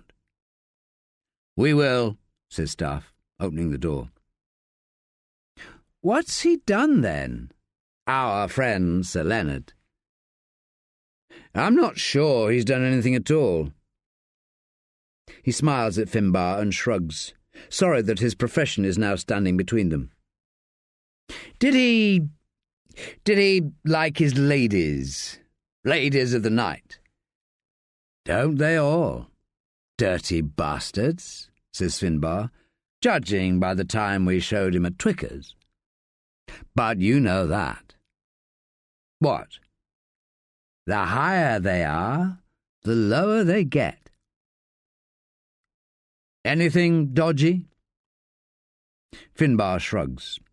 This time it is his profession that stands between them, all Jermyn Street and Royal Enclosured. Graham Blears, grey, drawn and haunted, is led into the interview room by two prison officers who don't give a toss whether he's a twacker or a serial killer. One of them takes a copy of the news from his back pocket, unaware that his con is the man fallaciously described as Vlad the Ripper. Later today, Absalom will U-turn, and the front page will feature Blears. His solicitor whispers in his ear, and Blears nods, somehow resigned, but summoning the strength to ask of Josie the well-being of his dog, useless. She's just fine, Graham. Once we put this to bed, I'll find a proper home for her. I promise she'll be loved. You remember what we agreed, says the solicitor. Blears nods and says to Josie, as if Rimmer was not even in the room, I know what I have to do. Through a high window, he sees the brick tenement wing of the jail running away, like the facade of a Victorian mill. Why don't you start at the beginning? He shakes his head. You have your evidence, so I'm told. And I've been an evil man. I must make my peace. It's important, Graham, that you tell me if there are any other girls. We've spoken to Margaret, and she has told us what you like. Margaret? Your friend from the forest. She knows me. A smile suggests itself. Did you harm any other girls? Blears shakes his head, and his solicitor produces a sheet of typewritten paper from his briefcase, says, This is what we agreed. I have to know before we sign and witness this that nothing has changed. The tariff is a matter for the judge, as you know, but we have the CPS on side, says Rimmer. Our expert witness has already documented what she thinks. Grafton would be appropriate. At this, the solicitor nods approvingly. Grafton is the most progressive high-security prison in the country, what the Tory tabloids would describe as a holiday camp. I don't care where I go, says Blears. No qualms about serving his time. Grafton would claim to give Graham Blears his best shot at making a fully functioning and safe contribution to society sometime down the line. But Graham is unconcerned. He takes the pen from his solicitor. Did you know the girls were friends? Asked Josie. Well, of course they are. They're all just the same. How did you know? Blears smiles as if he has something to be proud of, as if he is governed by a higher deity. He holds the pen as if it was something holy and turns his attention to the document. As he reads it, his face briefly changes. Sylvie has a plate on her tummy, littered with parkin crumbs. Staffe had made it for bonfire night, and she had said it wasn't the kind of thing to blow my hair back. It makes him smile now, seeing her in her low jeans and short smock top, with the parkin all eaten up. Pulford evidently doesn't know quite how to take her. He is sitting up with one leg draped over the other, hands clasped in his lap. His hair is unwaxed and floppy. Staffe asks Pulford what he's done with his day. "I was pulled back onto the trafficking case. They had a whole boatload coming in to work on a shopping mall out in Essex. The licences traced to somewhere in Mile End, but the place was shut up when we got there, not a whiff. Seems like we both missed out on the murder cases," says Staffe. "Josie says they got an ID on Blears from some middle-aged woman. Says she gave him a... you know." He looks towards Sylvie, then at the floor. "A blowjob?" says Sylvie. "Within an hour after he did for Rebecca Stone. Bloody pervert. I can't get my head around it." "Is Josie the pretty one?" says Sylvie. Both men nod and mumble, "Yes, I suppose so, kind of," as if it hadn't occurred to them. "Rimmer and Josie reckon Blears wants to confess. They're talking to the Crown." "Tidy," says Staffe. "You know, sir, sometimes cases can come together, surely. You told me that crimes have to be caught hot, and for Blears it was just too much of a burden, that realisation of what he had done." "I'm glad we got our man," says Staffe. "I'm off to bed," says Sylvie, holding a cup of cocoa. "Don't be too long." She bends down, kisses Staffe, and as she does it, she takes a hold of his flesh and pinches him just above the nipple. It smarts. When she's gone, he rubs it, looks down, sees that his shirt is smudged with leaked mascara, exactly where his fiancée had pinched him. "Oh, shit," he says, aloud. "What?" says Pulford. "How are you getting on with Rimmer?" "He seems to have taken a shine to Josie. It's like he's skipped over me." "You want me to have a word with Rimmer about the case?" "I'll let Josie have a day in the sun. As long as we've got the bastard, that's the main thing, hey, sir?" he says, checking the time on his watch, leaving. Staffe takes off his shirt, stained with black tears, and puts it in the linen basket. Walks quietly on padding feet to his bathroom. He showers vigorously, taking it as hot as he can. Then a notch higher for the count of 20. Then immediately onto full cold, full blast, for as long as it takes him to count down from 60. He walks naked and wet to the bedroom. As he eases the door shut, Sylvie stirs. He tries to slide into bed without waking her, but she backs into him and takes hold of his hand. She says, soft, "You showered." "It's been a long day." "I don't know you. Do I, Will?" "Not really." As soon as Staffe is certain that Sylvie is asleep, he eases his way out of bed and creeps down the corridor, walking on his toes until he gets to the lounge. He takes his phone from his jacket pocket and seeks out Rosa, checking his watch and deciding this cannot wait until morning. He thinks of her in the Metropole Hotel with the stranger, thinks of the 2 dead girls' numbers she still keeps in her phone. He looks into the night as he calls her. Flecks of snow are falling. slowly in the radial haze of the streetlights. "Were you awake?" he says. "Sorry, but you got back okay." "Well, I worry about you. You have to be extra careful, Rosa. Promise me you'll be careful." "Okay. Good night. I'll be in touch soon." "Me too." He clicks off the phone and turns to put the handset back in his jacket pocket. As he does, he sees her. Sylvie says, "Who is Rosa, Will?" 18. Staffe draws back his hand, rattles the Lion's Head brass knocker to the 4-storey townhouse in Mayfair. He thinks he should perhaps have been more respectful to Leonard Howard at the bank, but then he thinks of Elena Dagna and Rebecca Stone.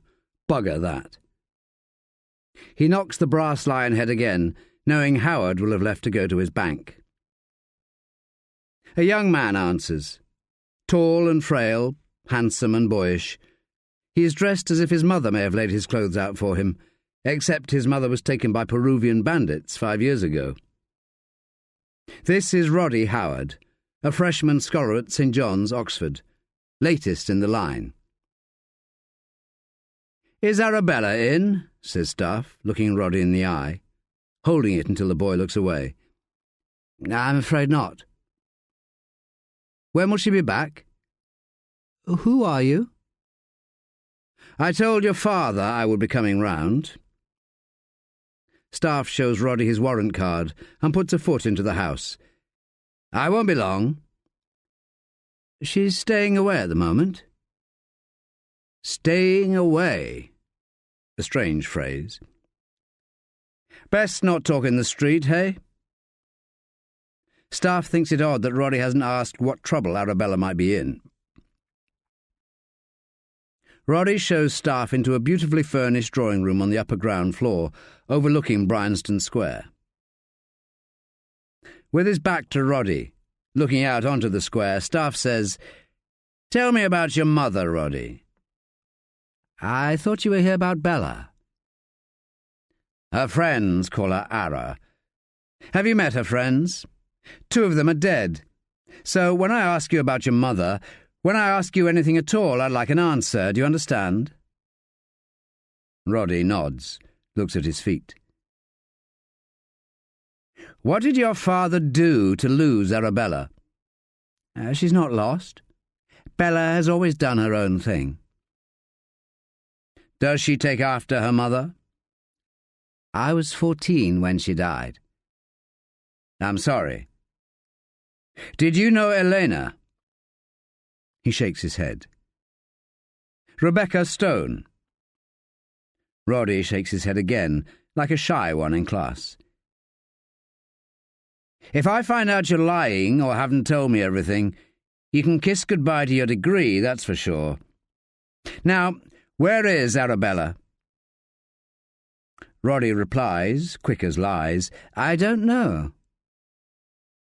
"If any harm comes to her, you'll have blood on your hands. Is that what you want? Now, do you have an address for her? A boyfriend?" Roddy shakes his head. Staffe knows that as soon as Daddy gets home, the shit really will fly. He turns his attention to an oil painting. "Where is this?" The painting, of a boat in a sun-washed harbour, is almost impressionistic, but with a fauvist palette of lilacs and yellows and blues. "The Med?" says Roddy. "Could it be Turkey?" "You're a classic scholar, Roddy." "Father was. I'm a mathematician." "Ah, like the rest of them." "There is something of a tradition." "Except your father. It must be difficult, all that to live up to. You really are quite a family." Staffe knows there is a chink in the line, without which you could trace Roddy all the way back to Mary and the men who set fire to those martyrs outside his Oxford college. "It seems normal to me." In the corner of the room is a Byzantine icon of the Virgin with Child. "Turkey?" says Staffe. "Taki Makar is a family friend." Roddy shrugs, his hand busy in his pocket. Staffe has what he wants for now, and if his instincts are correct about Roddy, then Leonard will really struggle with that faltering family line, should Arabella not issue forth with progeny. On his way out, Staffe clocks a panoramic group portrait. Ampleforth Levers, June 2009. Roddy is extreme left, right at the back. Staffe says, "Yes, please, I would love tea. Mint, if you have it." Sema Makari smiles, says, "Taki lives by it." She knows not to be overly familiar, takes a backward step and leaves the room. As she goes, she smiles tightly at her husband and narrows her eyes. Staffe sees that she loves and respects her husband. She will not make the tea herself, of course. The Makaris have people who do that. "You have a beautiful wife," says Staffe. "Why are you here?" "It's delicate." Staffe goes across to the Sicket and admires it. "You've seen it before, Inspector." "What do you think our friend Sicket would have made of Vlad the Ripper?" "It would seem the press have got that one wrong, unless Graham Blears has Russian ancestry." "Ah, you have been following the case." "You know damn well I have an involvement, if only through your harassment." "This signature." Staffe has leaned right into a vivid portrait of a beautiful woman who could be Turkish or Persian. Staffe thinks the setting is the garden of a villa on the Bosphorus. Hagia Sophia's dome and minaret are implied, with 6 deft strokes in the background. Imogen Howard. What do you make of her work? "This is our villa in Istanbul. They are family friends." "Why might Leonard Howard kill his wife, Mr. Makari?" "What?" Makari is appalled. "They are a troubled family." "Only Arabella," says Makari. "How did you meet Elena Dania?" The door opens, and Sema Makari directs the maid to set the silver tray down on the ebonized petit table in the window. Makari stares at Staffe, rigid with fear at what the inspector could say. Staffe waits for the maid to leave. Sema stays. He says, "Arabella was a friend of hers. Is that how you first met?" "Arabella Howard?" enquires Sema. "Oh, dear, has she been up to nonsense again? Always fighting with poor Imogen." Sema Makari looks at her portrait, the smile gone and her eyes cold, unfaltering. "Is Arabella tied up with that Russian girl? I'm always telling Taki to be less generous, Inspector." She turns back to Staffe. "Not like me. I'm different." Sema leaves, and Staffe pours tea. The glasses are filigreed with gold, and the tea smells of Smyrna. Through the window he peruses Mayfair. The snow remains on the roofs and railings of the George and Rose, a scene for pen and ink. "It was your daughter they killed, Taki," Staffe says. "Elena was carrying a daughter and you were the father. We have the proof, if you wish to see it." Makari's glass slips through his fingers and smashes. Both men look at the diamond scatter of the crystal, and the Turk says, "You don't know how solid we are, Inspector." I suggest you look elsewhere. Good luck with that. Don't pretend you were born to this life. You're no Leonard Howard, says Staffe, standing. What do you mean? Makari looks deeply affronted. Before she took a shine, Taki, you were running guns to the Arabs. You know how to get blood off your hands. You've had to try harder, haven't you? Not so close to God as some, hey? And in my book, that gives you less to lose. Staffe waits for Josie and Rimmer in the far snug of the Hand and Shears, and allows himself a pint of Adnams. The glass's etched crest denotes the brewery. As he waits, in the warm glow of the fire, logs spitting, he wonders how much money there is to be made in that new market town of Aldersworth Country Town. As soon as he sees Josie and Rimmer come through the door, raising their arms aloft and striding towards his table, Staffe can tell Graham Blears must have chucked up his confession. "Tonight we drink," says Josie, her eyes twinkling, and Staffe can't help but feel glad in a part of his heart. He raises his glass and wiggles it, and she marches off to the bar. Josie gets stuck into a conversation at the bar with Dick, and Rimmer pulls up a stool. "She's done well, the girl. A bright cookie." Rimmer tells Staffe how the CPS are happy with the corroborating evidence. He jokes about how Blears had obsessed about the welfare of his dog, and then, as the pints are sunk, he confides that he had secretly feared his return to duty, and how much he appreciates Staffe letting him take the lead on this investigation. "Imagine if you hadn't gone off like that." Staffe raises his pint of Suffolk ale. "To you, your old man will be proud." Rimmer's eyes glaze over, and he looks down into his beer, says, "I'm not half the man, not half the copper." "Well, go easy on yourself, those are big boots to fill." "You know, he died within a year of retiring. There's more to life than that, surely. I'm up for pension in 6 years, and between you and me, it can't come soon enough."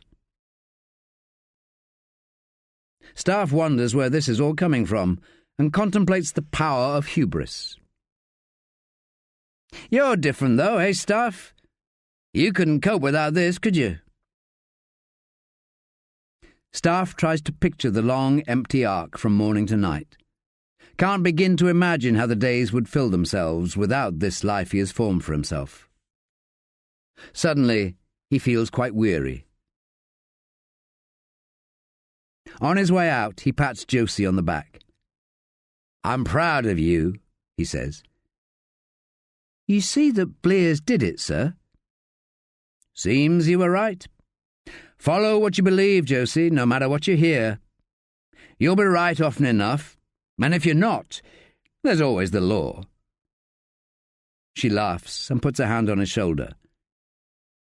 "You should stick around, sir. It's going to be a big night. We're going down to Butcher's in a while." Staffe yields to a tug from the station, kicks back against something else. He kisses Josie on the cheek and leaves, swallowing away everything he might say.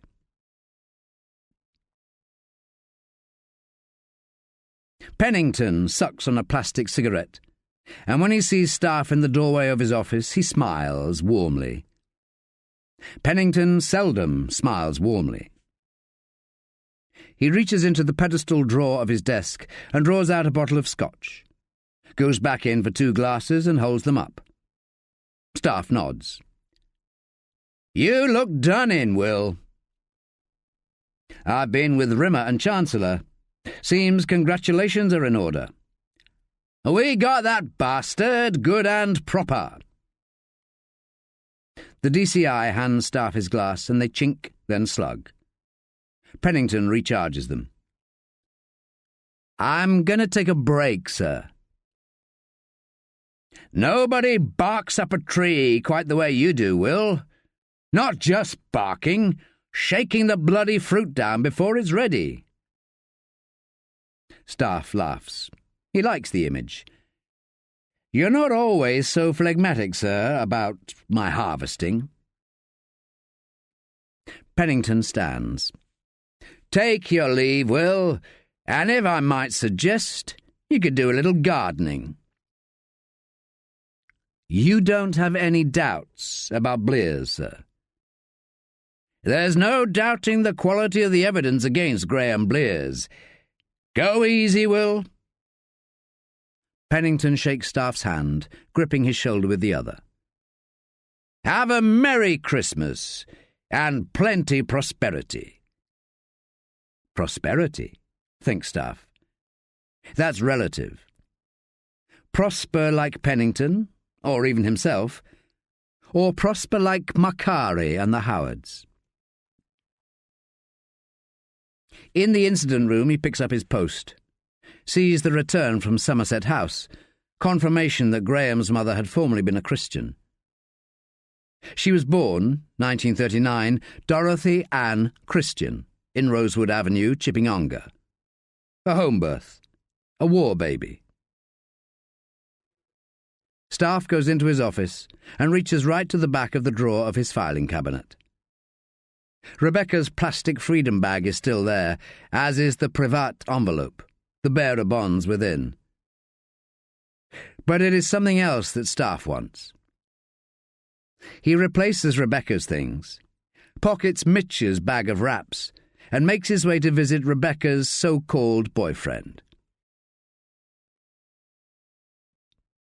Mitch has a fresh cut above his eye and a swollen jaw. "What you want?" he snarls. "You lay one finger on me, I'll call my brief." "Where does Arabella live?" He shrugs.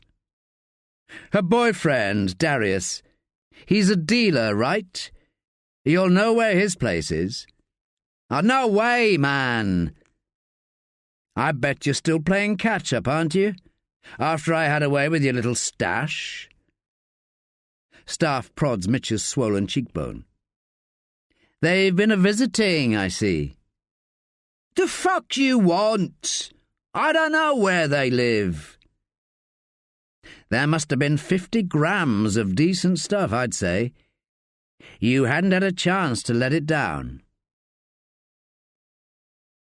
Mitch keeps his beady eyes fixed on Staffe's hands, flinching as he goes into his pockets. "Leave me alone!" he shouts, all street disappearing from his voice.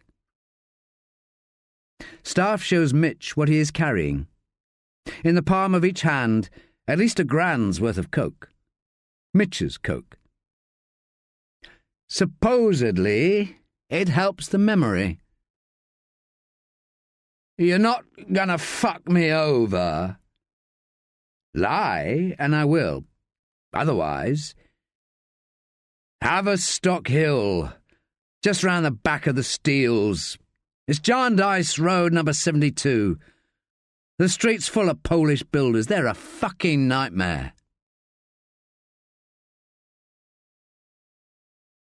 "19. Rosa mulls her finances as she runs a bath. The smell of cinnamon and cloves rises and spreads with the steam. She swirls the bath water and curses as the phone rings. It has been a slow day, at the end of which she treated herself to a dusk stroll through Borough Market. Lunchtime she saw Max, one of her regulars, which was 80 quid in. Not the stuff of nest eggs, which a girl of her age should be incubating. Rosa doesn't recognise the phone number, and her thumb hovers. Red or green? Green or red? She wants an early night, but today hasn't really got her anywhere. She chooses green, recognises the tone of his voice immediately. You would too, if you'd heard what it uttered only the day before in the Metropole Hotel. Looking up at her, saying he loved her and what he would like her to do to him. But it was only words, and over soon enough. He didn't even go inside her. She held him afterwards. 200 buys you love. Tonight he asked for the same thing, the same price, and he asks her to wear white. Rosa turns off the bath taps, orders a cab. She lays out the clothes to his specification, the nest egg a couple of days closer to hatching. She lets out the water, turns on the shower. Chankov downs his vodka and asks Staffe if he would like coffee. Staffe declines, says, "What did you make of the article in the news?" "Vlad," he laughs, "we get it all the time. People think we are what we are not." There is such a thing as a Russian gangster, though, here in London. I won't play that game, Inspector. The cocky smile from their earliest meeting has gone, and the man who took Makari down all those pegs seems a pale outline of himself. Times are hard for everybody, I suppose, Vasily. The world turns still, like cogs. We have to keep going at other people's pace, keep finding new ways. I see your Uncle Ludo is up for governor again. That's a faraway land. Staffe thinks it is perhaps closer than Vasily might wish. My colleagues keep an eye on things. There seems to be an insatiable desire to work in England. My Uncle Ludo is like a father. For the first time since Staffe met him, Chankov shows sadness, regret. Something unrequited or unforgiven is written on his gaunt face. There has never been a Mrs. Chankov? You should be going. Not before I've told you our news. We have a man for the murder of your girl, and Elena. He has confessed. In a way, I suppose he's one of yours. Chankov pours himself another vodka, downs it immediately. Pours another. A Russian? No. He likes his sex. He's a consumer, Vasily. A right pest, so they say. As if by magic, the Mongolian with the scimitar sideburns appears in the doorway of Chankov's lounge. Hardly one of mine, he says. If you have a confession, why are you here? A matter of courtesy, that's all. Would it be discourteous to tell you to leave? I could write next time. Get some nice paper. Some purple paper, like Elena used when she wrote to you. You should learn to accept things for what they are. Show me her letters, Vasily. I'll accept them for what they are. You have nothing to hide. There are no letters. Which answers your question. What? As to why I am here. You are prepared to lie to me even though we have our man. Time well spent, wouldn't you say?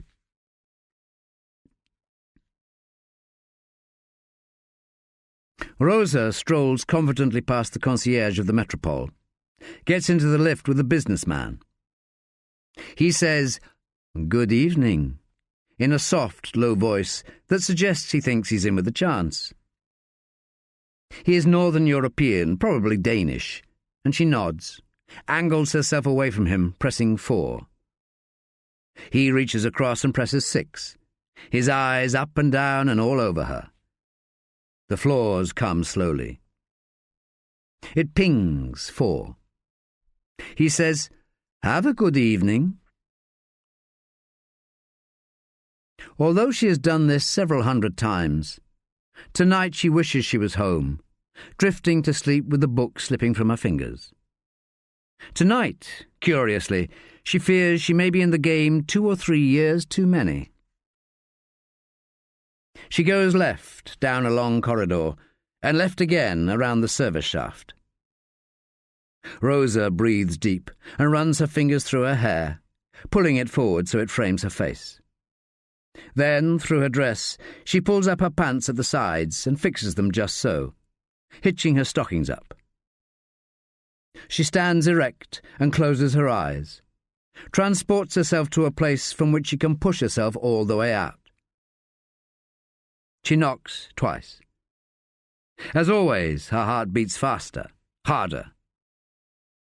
The door opens away from her, shows her into somebody else's world. He is lean and seems younger tonight, and kind, as if he couldn't do harm. Her instincts are good. As soon as the door is shut, he puts a hand on the slope of her shoulder and neck and kisses her, mouth slightly open on the lips. His mouth is wet and tastes of vodka. His other hand around the back already, to where her buttocks meet her thighs. He squeezes gently, and she cannot help but utter a low gasp. He asks if she wants a drink. She declines, fathoming that he is from Liverpool, maybe from Ireland in the past. He asks if she minds if he does, and she shakes her head, watches him pour a neat Smirnoff from the minibar and go to the easy chair by the window. It is one of many hundred windows in this hotel. This one looks into the top of a department store on Oxford Street. Nobody sees in. Rosa says, "You want to watch me?" "Undress," he says, in his soft voice that seems to need love. She reaches behind to unzip her dress, and he says, "No, pull up the dress. I want to see your legs. Be slow." He seems uncertain, almost as though he can't believe what he is saying. Rosa bends, crosses her hands and takes the left hem of her dress with the right and vice versa. Far away she hears a car horn. Otherwise, in the hard and secret heart of the city, it is silent. Slowly, she pulls up her dress, a translucent white chiffon over her head. Through it, she sees only a warm amber glow from the bedside light. "Stop," he says. "Please, stop." She can hear him stand. She smells vodka coming off him. She realizes he is behind her. Again he puts one hand on the slope of her shoulder and neck, and he kisses the lobe of her ear through the dress. He brings his teeth together on her. Again she cannot help but gasp, and she feels the slow descent of his other hand, first on the plump of her hip above her pants, then on the underside of her tummy. "What do you want?" she says. "Stay just the way you are." Suddenly Rosa is afraid, is unsure whether a door has opened, perhaps the ensuite. Is there another man here? "Let me take the dress off," she says. "You're friends," he says, the tenderness seeping away and his hand tighter on her neck. "You know the things you know. You know the people you know. It's no good for us, and it's no good for you." "Please," she pleads, "I don't know anything." "But you do. Tell me what you know about the other two." She can barely hear what he is saying. Her blood drums deep and fast in her ears. Rosa's voice warbles as she makes a reply. All she wants to do is scream, then sob and collapse and let this all be over.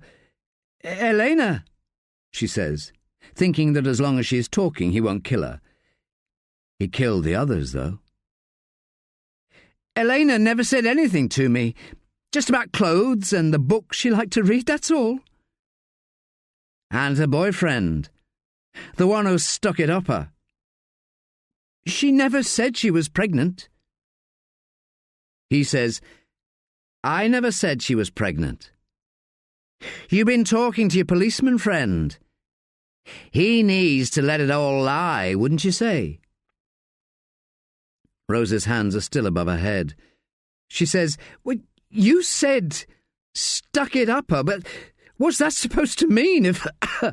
She coughs. It doesn't mean... She coughs again, spluttering now, and feels his grip on her throat release. And she brings her hand down as if to go to her mouth to abate the coughing, but it doesn't. She leans forward to cough again, but within the convulsion, she brings her head back, fast, as hard as she can, smashing into his mouth.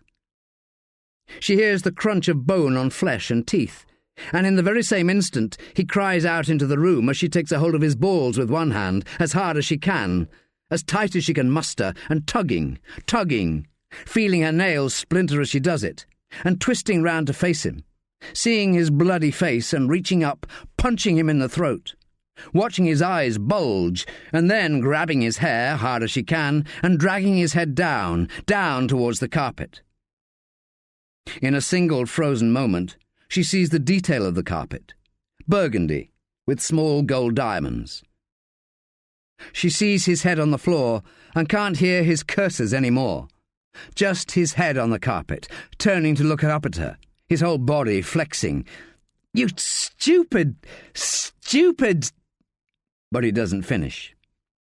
She lifts up her stiletto foot, and she stamps down on his head with all her might, the heel's pointed tip skidding off the curvature of his skull, but raking down across his face, making him clasp his head with both hands.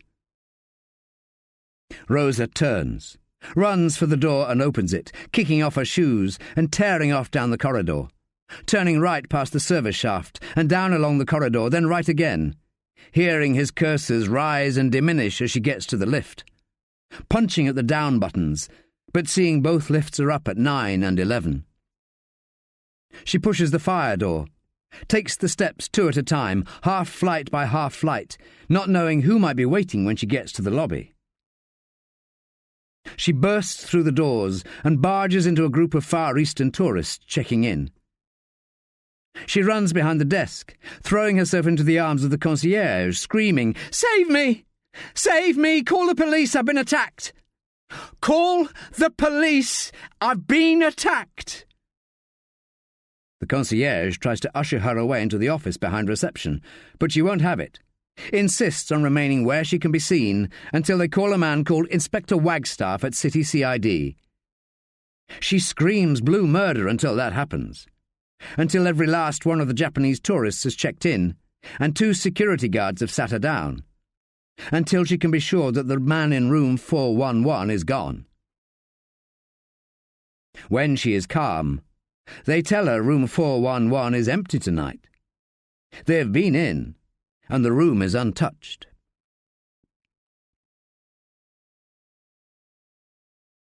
Staffe is spooning up to Sylvie to keep warm.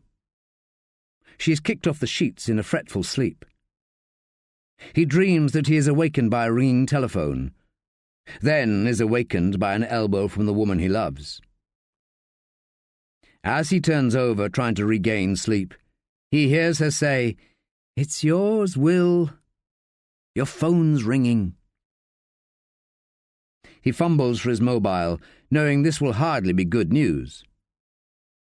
The man on the other end speaks calmly, telling him that a friend of his has been attacked, and that she was quite insistent that they call him.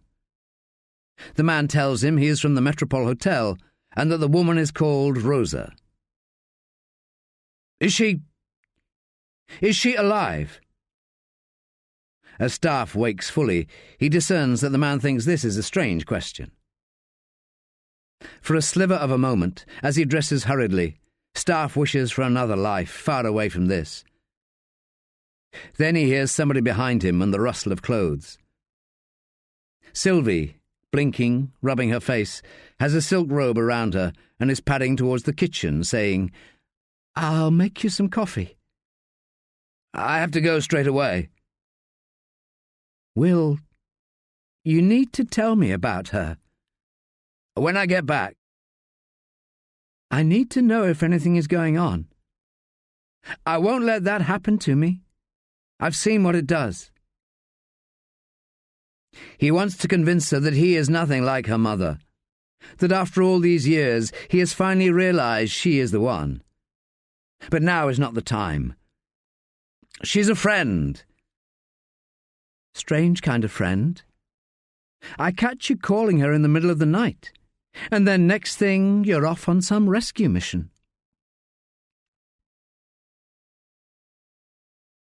Outside the metropole, Staffe tells the cabbie it'll be a while before they know where they're going, but to put his meter on and turn off the intercom. Sliding the window shut, he says to Rosa, "I can't help you if you don't tell me everything." I keep telling you, I'm not hiding anything, Will.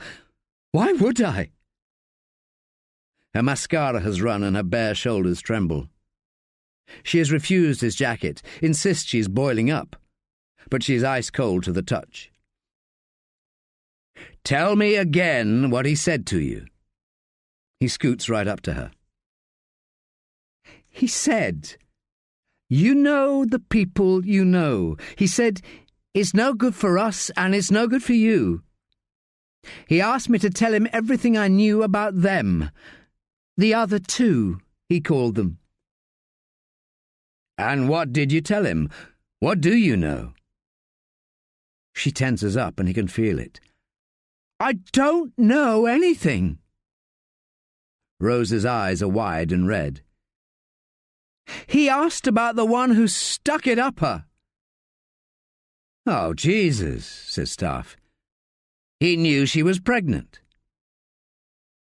He slides open the glass screen, tells the cabbie to take them to West Smithfield, to the city police morgue. "I'm not going there," says Rosa, leaning away. "You want to get out?" "Why are you being like this, Will? You're supposed to be my friend." Staffe pulls her close, watches the city lights over her shoulder, thinking who might have known Elena was pregnant. 20. "I'm not going in," says Rosa. Staffe has sent the taxi away, and they're round the back of the Royal London on Rook's Way, outside the city police morgue. From behind, the grand Victorian pile looms, brooding and sinister, like Bedlam. Through the meshed safety glass, Staffe sees the outline of Janine coming towards them. "What's to be gained?" says Rosa. "You could pay your respects." Rosa clutches her own torso with wraparound arms. Her eyes are wild now and dark. The tears have run dry. The fear is all played out. "It might jog your memory," he says. "Where can I go, Will?" "You will come to mine," says Staffe. "If I play ball?" "Regardless." He takes her hand and leads her past Janine. Curiously, it is warmer in the morgue than outside, until they get to a metal door. All their clicking shoes come to a halt, and Janine lets them in with a coded punch of the entry pad. Inside, the light is harsh, but the perimeter of the room is black as night. Staffe shows Rosa a seat at the edge of the room and hands her a blanket. She wraps it around her and watches as Staffe follows Janine into the far dark. Slowly, into the brilliant light, they each wheel a trolleyed bench. Staffe has Elena, and Janine, Rebecca. Rosa tries to look only at their hair and their faces, but her eyes trail down to the cross-stitched scars of their autopsied bodies, and she grabs her mouth. The dead girls are the colour of the moon. "You know what I'm going to say," says Staffe. "This could have been me." "It could be somebody else, too. If there's anybody else who knows what you know, Rosa. Rosa shakes her head. I don't know what I know. She walks to the dead girls and reaches out, laying her palms flat on the faces of the two girls. Rosa closes her eyes, stays like that for a minute, then 2, 5. Eventually she lifts her hands, opens her eyes, and she turns to Staffe. Whatever I know, once I've told you, that's it. That's all I can do. I don't have any more cards to play. You have to tell me. Janine turns off the operating lights and leaves Staffe and Rosa in the soft light from the washroom at the back of the Morgue Theatre. Staffe raises a hand to bid her farewell, then turns to Rosa, taking her hands in his. You must believe that anything you tell me won't harm you. I won't allow it. For Elena and Rebecca and me, it's us against the world, it has to be. You let so much in, you give so much of yourself. Rosa talks into her lap, running her thumb along Staffe's knuckles. You have to keep something for yourself, for each other. We trust each other. That has to change now, says Staffe. Rosa sighs, choosing her words with the greatest of care. Elena started behaving differently the last couple of months or so. She kept saying I should find a way out. I always thought she was happy in the game. It was a while before I understood. Rosa looks at Staffe, shakes her head and looks back into her lap. Understood? That she was getting out. They didn't kill her because she was getting out, surely. She was having a baby. Makari's baby, for Christ's sake. I don't think it was anything to do with the baby. No, Elena knew something. Did Rebecca know it too? Well, Bex had her own plans. They wouldn't have worked out if Chankov had got wind of them. She has a little girl, you know. Her mother looks after her. Her mother? Her mother loves her, Will, as best she can. Maybe she and Elena have been blackmailing Makari. Rosa shakes her head, and Staffe can't tell whether she's still holding back. Did Bobo know it wasn't his baby? His baby? Rosa looks up at Staffe. Well, jealous lovers lose their minds. You don't know. That was all an act. Elena was Bobo's sister. What? He followed her over here. That's how he got his job with Chankov. He's nothing to do with any of this. Staffe lets go of her hands and sighs. There's nothing more? Rosa says nothing. What is it? He says. Bex was complaining that she wasn't in the club. What, not pregnant? No, not that. Elena would talk with Arabella. They had secrets. Arabella Howard, says Staffe, as much to himself as Rosa. Elena had a thing for Darius.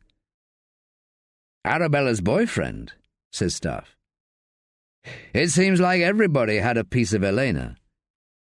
Elena had a piece of everybody is how it was. But if you ask me, it was the real thing for Elena. With Darius? More than Makari? She's a young woman, Will. And they all seem to go for Darius. I don't get it myself, but he's got something, that boy. They get back into the cab, and as they go into the dark night, towards Jombor, who will tend her until Staffe is all done, Rose whispers into his chest that the man who lured her knows she has a policeman friend. You have to let it all lie, Will. Staffe has impressed on Rosa that he will return to the station for her in an hour or so, and that she will stay with him. Now, in the dead of the London night, Jarndyce Road slumbers, tranquil. The skips and builders' vans are bathed in mist, like a natural part of a timeless landscape. It is clear that only one floor of the house is occupied, and Staffe lobs up a handful of gravel, smattering the main window.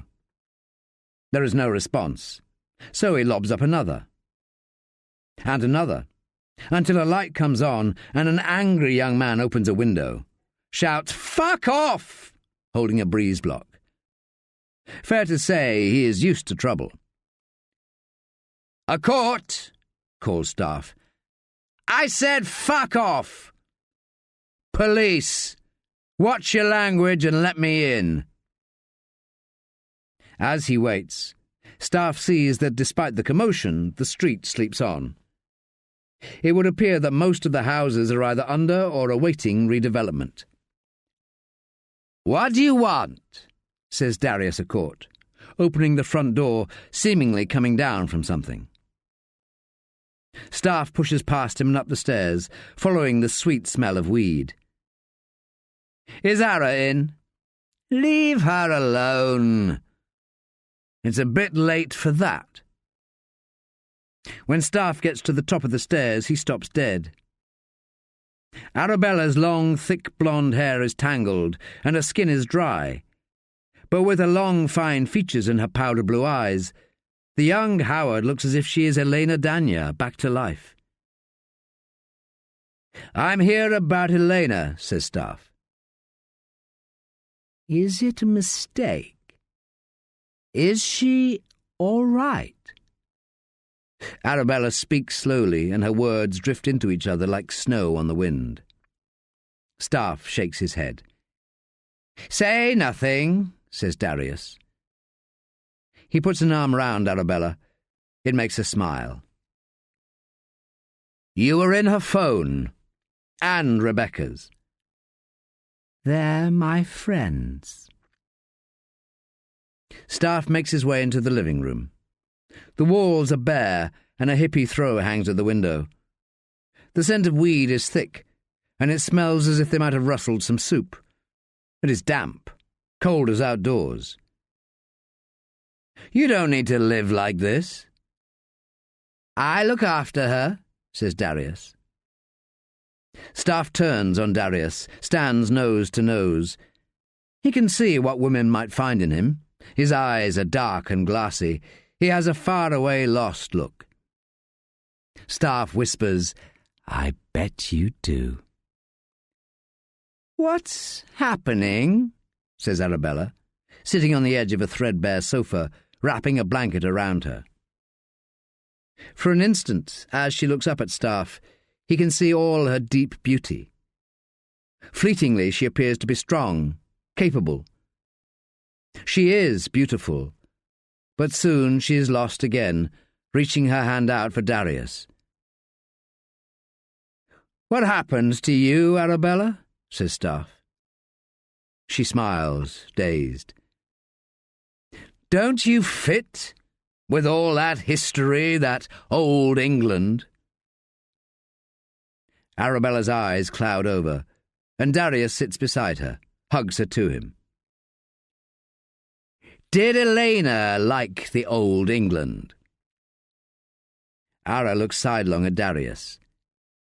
"Lots of people like Elena."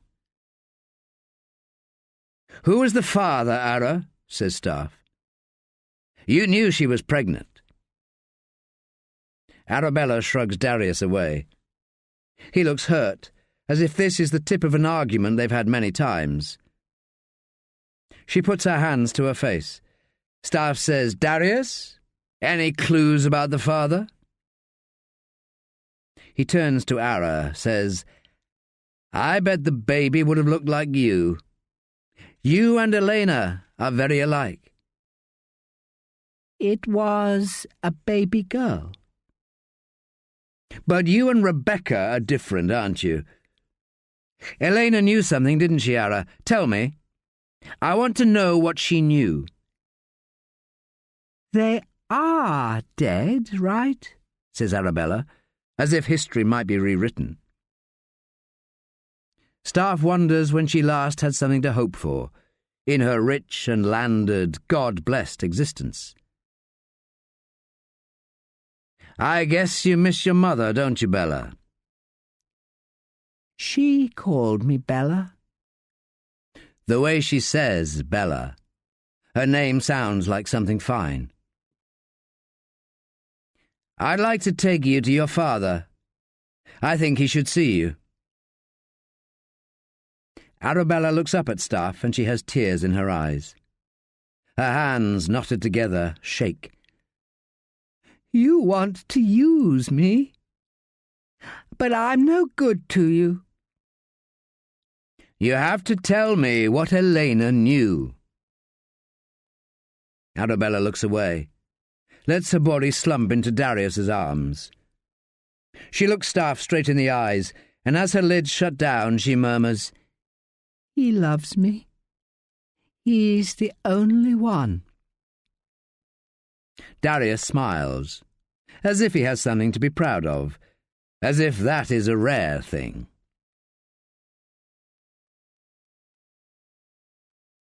It is clear to Sylvie that Staffe is desperately trying not to wake her.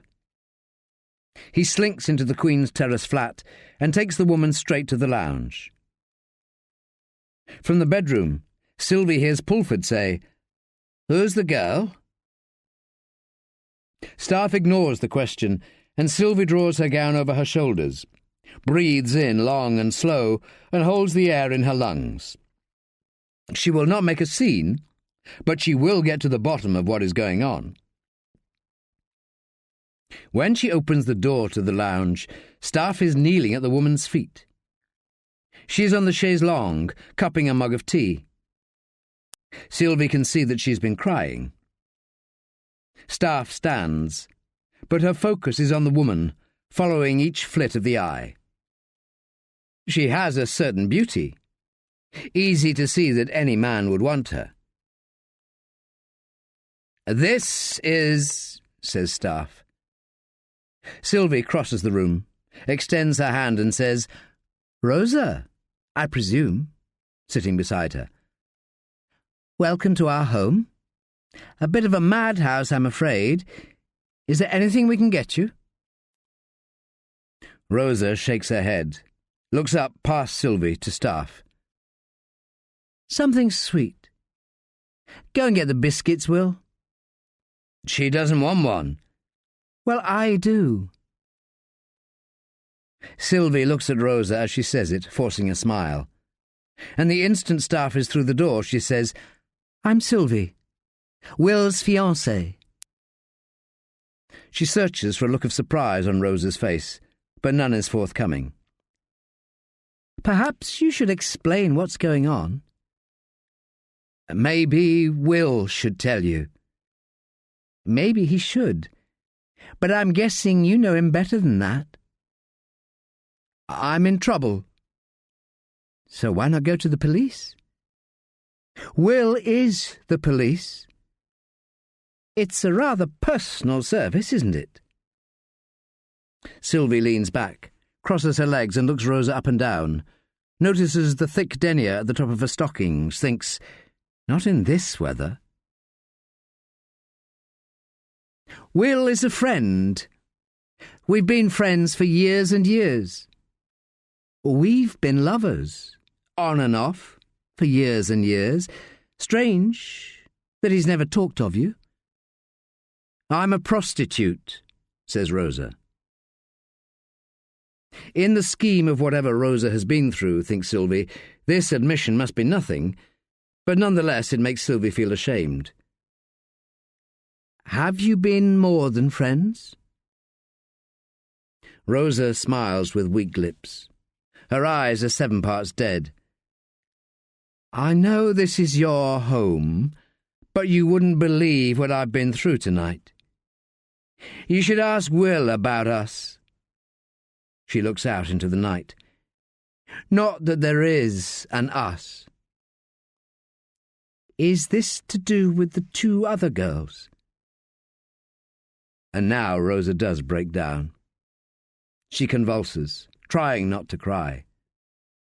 Sobbing, she says, "They were my friends." Sylvie shifts towards her and wraps her arms around Rosa. She is cold and her skin feels hard, perhaps because of the goose flesh. As she breathes in and out, she realizes that Rosa smells of absolutely nothing.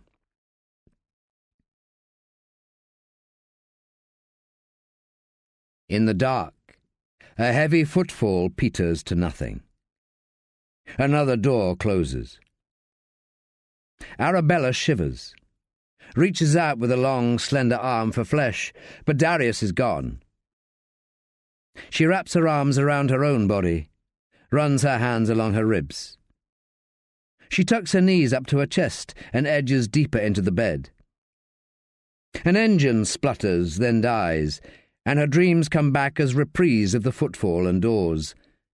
And in this thin prelude to sleep, Arabella smiles, waits for Darius to come back, his flesh to hers. They will soon find a better place to conduct this life. Opening her eyes, she turns over, waits for him to come. The door opens, and she gasps at what she sees. Arabella doesn't recognize him, nor his friend. At first she thinks this could be happening within her sleep still. They wear masks, so it could be Dari, but why would he? He comes across to her fast. His hands are rough with her. They're talking in tongues, and she lashes out with her long legs, but she hurts when they kick against the men in their masks. She hits out with her arms, but soon becomes breathless. In the end, she surrenders, quite willingly. A darkness comes like blessed relief as a shroud drapes itself over and all around her, bringing with it a profound silence. She cannot even hear the wash of her blood or the beat of her heart. She feels she has gone to another place and hopes Darius knows how much she loves him. She should have told him so. She wishes she had seen her father one last time. Prays to all that is sacred that she will somehow feel a final embrace from Imogen. And strangely, she fears for Roddy. Alone with his father, smothered by all that. Arabella has a memory of him coming to her after Imogen died. He sat on her bed and held her hand, but it was he who was crying. He was 14 years old, and she hears it now. But these thoughts, these feelings already feel like an echo, ebbing away, until there is nothing but nothing. End of Disc 5. Disc 6. 21. Staffe knocks, waits a beat, then turns the handle. Sees Pennington look up as if caught in mischief, but all he's doing is reading the Telegraph. There's been another attack. Staffe pulls up a chair. Attack? On a prostitute. So unless Graham Blears broke out in the night, he's not your man. It could be a separate incident. Not everything is connected, Will. If you close this case, how many other girls could be putting themselves at risk? She could have bloody died, for Christ's sake. Who could have died? She is a friend of mine, as it happens. Rosa Henderson. How do you know about her? Pennington folds the Telegraph perfectly.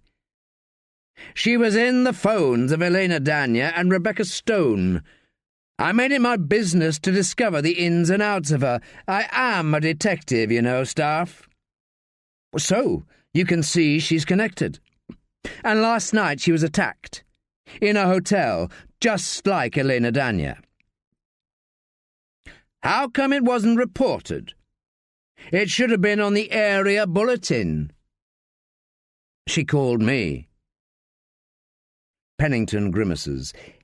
And you have her. I feel like a bloody duck on the fair. I have a killer, Will. I have a confession. We didn't exactly beat it out of him. I found Arabella Howard. Her father and Macari are in a deal together up in Suffolk. That's where you went. Is there a reason I shouldn't go back? Pennington shrugs, as if he is indifferent. But Staffe knows him well enough, which Pennington knows. Howard's well connected, says Pennington, standing up, making it clear this exchange has run its course, and, in doing so, punctuating the last thing he said. Leonard Howard will not go into the bank until after lunch today. He is in his favourite armchair in his study, which is off a half landing at the back of the house, overlooking his private garden. The branches of the silver birch and the laburnum are white-hatched with frost. He looks down at the Spectator, which he's been nursing for 2 hours while he waits. Better times waft up from the garden, tapping the windows almost. Even when he was up to his eyes in work, when the bank was on its knees and the vultures were swooping, he would lay down his papers and listen from here. He would sneak a peek so they wouldn't see him, Imogen and Arabella. That was before everything changed, for the worse. Like her mother, Arabella loves too well. He misses Imogen terribly if he's truthful, and it takes its toll on Roddy, he knows, but he can do nothing about it. The telephone rings. The voice is not unfamiliar, and the instruction is within the realms of what he might have expected. He tries to pretend this is progress, but his heart lags behind like a stubborn child. Leonard treads gently into his son's room, puts his hand on Roddy's shoulder and squeezes, then ruffles his hair. He thinks about how it was Imogen who always took the shine to Roddy, and as he flutters from sleep, Leonard suffers a ghost stroke from the boy's mother. He turns quickly, but of course nothing is there. And when he turns back, Roddy is sitting upright, blinking at his father, saying, "Is it time?" Leonard puts his hand on Roddy's head, which makes the son flinch. "I'll make us some tea, and we can go through everything. You're aware of the consequences, should we falter?" Leonard talked to his son as if he's addressing his board of directors. Roddy forces a weak smile and swings his legs out of bed, donning his dressing gown as he makes his way down the stairs, centred by portraits of many generations of stern-faced Howards. At the bottom turn is a self-portrait of his mother. Sometimes it seems as if Imogen, the Saltborough sea grey and yellow behind her, is secretly smiling in the painting. She had confected her pigments to imply despair, but today Roddy sees the secret smile, and he feels sure that on this of all days she will look down on him. As his father brings a pot of tea to the kitchen table, Roddy says, "This is the only way, isn't it?" Leonard is attentive to every detail of the milking of the cups and stirring of the pot, the setting of the saucers and the strainer. Imogen used to ask him why he couldn't just make it up in a mug like everybody else.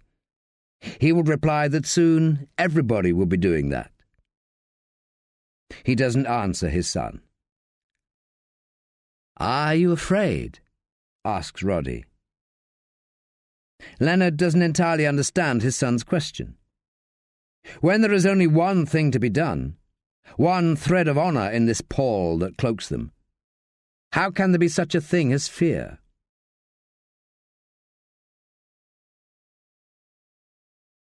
The morning snow has been walked away on Cambridge Heath Road. The steel and glass, the teak and linen of the city are behind Staffe now, as he strides through the market waste of plantains and ladies' fingers, going to a sweet rotting mush. Even though it's barely lunchtime, the stallholders have had enough, are packing away. He passes the blind beggar with its Gladstone livery and its thinly veneered, cheap and bashed modern interior. John the Hat would turn in his grave. Left, under the viaduct, London becomes suddenly black, and his steps echo. The arches are so low he has to stoop as he passes through. And the other side is Wilmot Street, where he once owned a flat in the mansard roof, next to the Hague School, with its Gothic gables and bittersweet playground songs.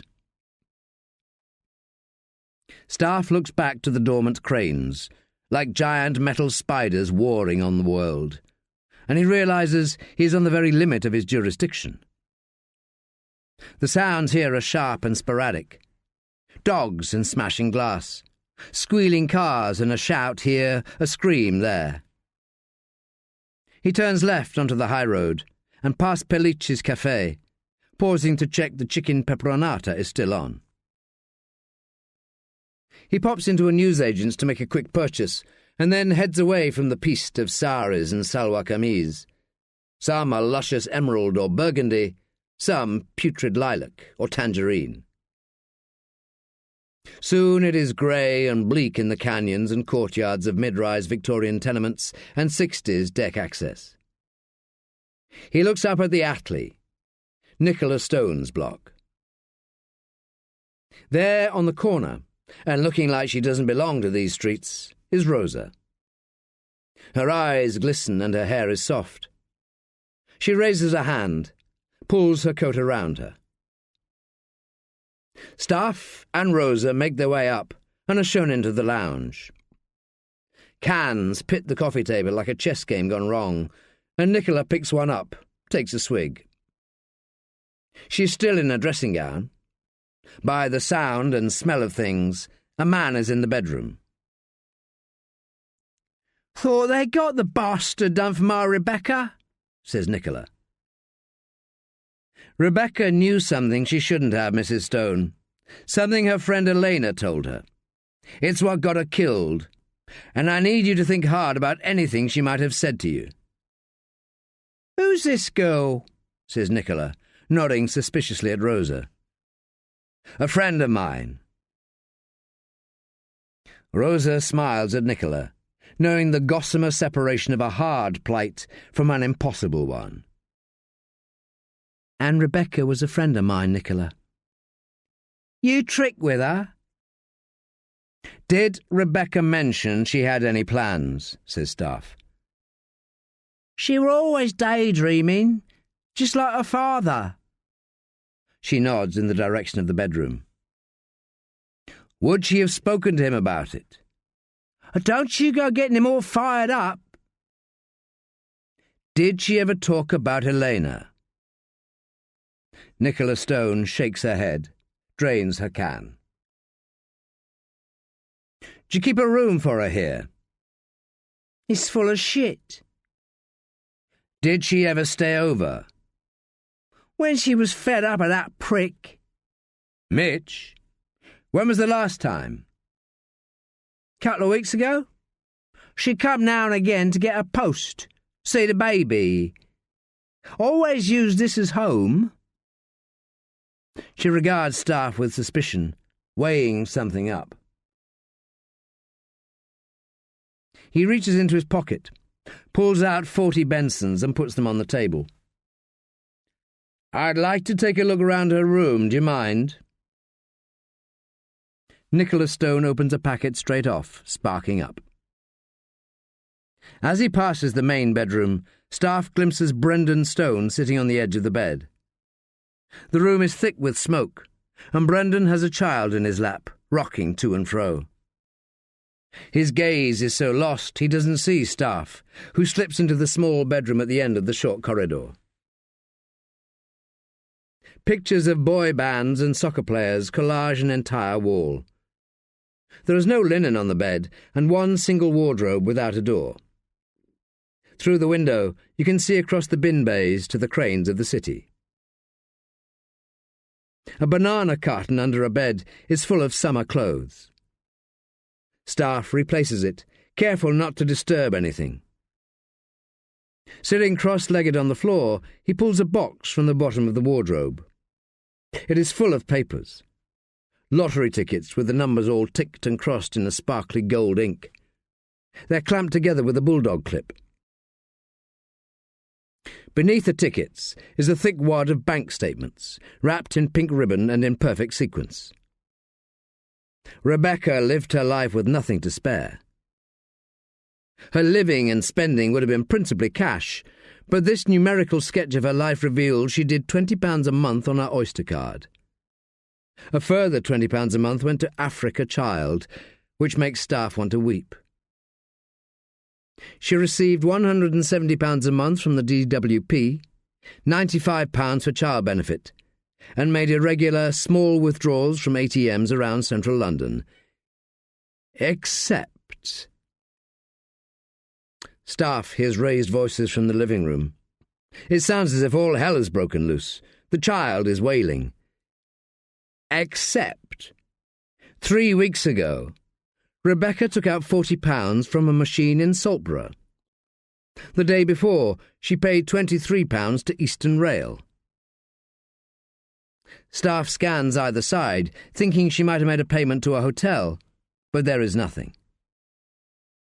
He quickly reties the ribbon, retaining the one bank statement and making sure the room is just as it was. Brendan Stone is in the living room and nods at Staffe as he comes into the room. He points at an empty chair and Staffe sits down. "You find what you came for." Rosa has the baby in her arms. Staffe guesses it is maybe 18 months old. "I don't know what I came for," says Staffe. Nicholas Stone gets up, leaves the room with a grunt. "She blames herself, and there's a fuck of a lot to blame herself for, but that don't change fuck all as far as I'm concerned." Brendan picks up the 2 packs of Bensons and tosses them back at Staffe. "I won't tell you what's gone on in this place all the time Becca was a girl. The shit she's seen and had to get her head around. I'm ashamed for letting it happen, and for not being around enough. My life's a fuck-up, I don't mind telling you." Brendan leans forward and rolls a cigarette. It is like watching a magician. With his left hand, he picks a small clod of drum, and with his right he unfurls a paper. He brings the two together, and in 3 slow turns of the wrist, the fag is licked and lit. He leans back, exhaling, says, "There's not a fucking thing in this shit world that I wouldn't do to catch the cunt that done for my Becca. And I'd like to think you'd have the fucking grace to let me know who he is. Let me get to him an hour before you boys in blue." Brendan's jaw is set, and there is life in his eyes where only a few minutes ago there was none. "If I help you." "How might you help me, Mr. Stone?" "You given me your word." "I can't do that. And anyway, you'll know we've got the man who murdered Rebecca." "You think that? What the fuck you doing here? Go on then, fuck off." "You know something?" "You make me that promise." Staffe locks his eyes on Brendan Stone. "This thing that you know, it's about Rebecca going up to Suffolk, isn't it? And her friend Arabella Howard." Brendan's eyes flicker, and he looks away from Staffe. Staffe wants to make the promise, but he plants his hands on his knees, stands up. I'm sorry you can't help me, Brendan. Truly I am. But I'll find him. And if I don't, or if I do but I can't put him away because of something you know but won't tell me, well, that's something that you'll have to get your head around, isn't it? I'm her father, for fuck's sake! Brendan Stone stands, faces up to Staffe. It appears to Staffe that the world can't hurt Brendan Stone any more. So what chance would he have should he take a step closer? Staffe's heart beats fast, and his surging blood makes his fingers prickle. He forms a fist, says, You've left it a bit late to be the doting father, Brendan. You can't use me to make that kind of fucked-up peace with her. Stone stares him out, the veins in his temples pulsing thick, fast. He puts his hand up to his mouth, takes a hold of his roll-up, and it is all Staffe can do not to flinch. Stone exhales, says, We'll see if I can't see what your game is. Rosa hands the baby back to its grandfather, saying, What's her name? She looks just like Rebecca. Brendan smiles kindly on Rosa, says, Helena. You knew she had a baby daughter. She never told me her name. 22. Roddy Howard has been frozen to the spot for 20 minutes outside Ledengate Station, running through his lines, visualising the innards of this dark Gothic home of the Peelers, formerly an inn. Now, going up to the front desk, seeing the large, happy-go-lucky sergeant smiling at him, he rehearses a final time, waits, says, I want to report a missing body. Body? Says John Bohr, looking up at the tall, immaculately dressed young man. He couldn't be anything but the real thing, born to rule. Of his type, he seems nervous, but he speaks with great clarity. It is my sister. The family's most distressed. You said body, sir, not person. A slip of the tongue. Roddy looks down. This is exactly what they had agreed upon. Precisely. Word perfect. Roddy knows his father thinks he falls short, but this is where he is at home. This could be a stage, and in this crucible, Roddy finds a small pocket of time in which to contemplate that this might be the one thing his mother passed down to him. Since Arabella was taken, the family has feared the worst. Taken? Oh, yes. We are quite sure she has been taken. And her full name? Arabella Howard. Roddy gives the address, an outline of her last known movements, says, I don't know how to say this, looking away as if ashamed. Arabella has always had a wild streak, and she is by no means an angel. She used to take drugs occasionally, I believe, and I should perhaps say, simply to save you time and trouble, and so you can fully understand why we are so agitated, that she was a friend of those two poor girls who were murdered recently. A friend, I must add, not an associate or colleague or anything like that. John Bohr stops writing and looks at the young man, so clearly distressed about his sister's disappearance. Howard. That name rings a bell. Howard, he says. Is that with an E? Precisely. You may have heard of my father. John Bohr nods towards the door to Roddy Howard's left, says, Would you like some tea? Black. No sugar. Once the young man has closed the door behind him, John Bohr puts his head in his hands, thinking as fast as he can. He curses Staffe, but calls him anyway, recounting what Roddy Howard had said. He said his sister had been taken. He referred to her as a body. I'm about to tell Rimmer, of course, and Pennington. Thanks for the wink, John. I appreciate it. How did the young Howard seem, John? Very concerned about his sister, but composed, I'd say.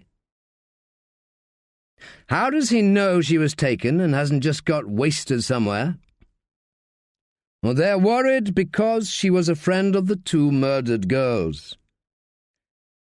The ones Graham Blears killed, says Staffe, ending the call, looking up at the steel and glass shameless opulence of the home of De Vere Chance, Finbar Hare's firm. Staffe shows his card, and the receptionist responds with disproportionate respect. Perhaps they think he's here on matters fraud. Had they known that it was simply a matter of common murder, he might be given shorter shrift rather than a personal escort. Twice in a week, eh, Staffe? To what the honour, says Finbar. Staffe splays his hands and raises his shoulders. You said you'd ask around about that development up in Suffolk. Howard again? Poor bastard, to have your teeth clamped on his arse cheek, laughs Finbar, opening the door to an oval glass shell of a meeting room with precipitous views all the way down into the jungled atrium. Rooms that look inward. Staffe looks up through the atrium's glass roof to the milky sky above. Have you got anything for me? It's being built on Howard's family land, that's for sure. He's got plenty left, mind you. Enough for a bungalow or two and 6 golf courses. Mary Tudor's corner of England, I'd guess. Finn shakes his head. Almost, but not quite. Howard's line ran out a couple of 100 years back, and they had to get a husband to take the wife's name. But the Duke insisted they change the A in Howard to an E. An L of a difference, Finbar laughs. But Lenny's marriage to Imogen Audley got them right back in the tree. Audley, as in the Cardinal, says Staffe. You got it, my son. Cardinal Bernard Audley, sending up smoke in Rome. Shame Roddy's the other way inclined. Best hope Arabella comes out of this phase, then, says Finbar. And who's developing this almost royal land? Difficult to say. There are 3 Jersey companies involved, run by a firm of project managers based in Mayfair. But the ultimate shareholdings of the development companies are nominees in Liechtenstein. It's not unusual. Loopholes in the tax regime. Do you have the details? Finbar goes into his desk, hands Staffe a piece of paper. Bluecoat Holdings, Oakvale Developments, and Pinfold Housing. All 3 companies have listed as their 100% shareholders a firm based in Liechtenstein called Lessay S.A. Who's doing the building work itself? Not one of the major house builders, says Finbar, sitting down, which is quite unusual. The project managers have appointed subcontractors directly. Why do that? To keep the contractors' profit for themselves. But it's a big risk, because most of the subbies will be itinerant workers. If the build fucks up, you've no one to sue. They disappear. He clicks his fingers. Like that. Poles. Probably. And who is this project management firm? Again, this is unusual. Not one of the big outfits. I've never heard of these boys, and nor have our analysts.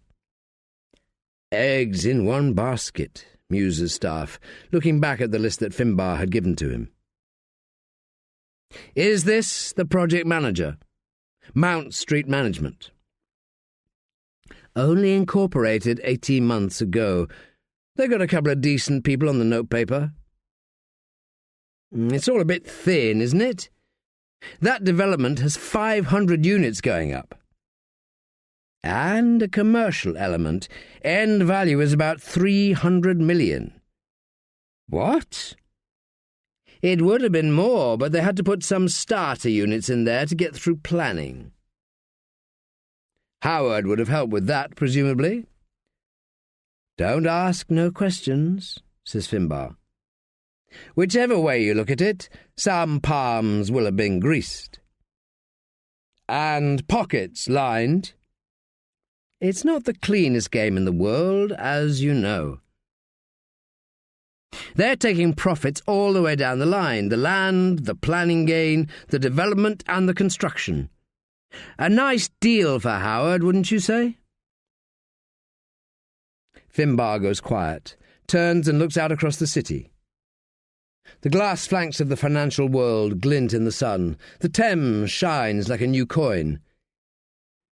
There is something else, Will. Tell me.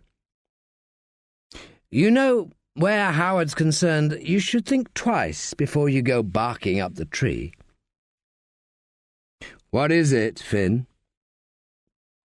Finbar turns around, all jollity evaporated. One of my analysts knows all the house builders, the sort you'd expect to be throwing up a development like Aldersworth Country Town. It's a hard business. These are hard people. Go on. My man says that one of his clients was within a gnat's chuff of getting the Aldersworth contract. They shaved their profit right down to the bone. But they pulled out. Finbar nods. My man wouldn't say any more. He swore me to secrecy on this. It's a question of face for these people, but he says if they'd gone ahead, there would have been unforeseen complications. Of a foreign nature. Finbar says grimly, You know? Did he mention a man called Chankov? Don't push this. If I said any more, it would be like burgling your house in broad daylight without gloves. Staffe shakes Finbar's hand. They look each other in the eye, clear to see Finbar Hare fears for his friend.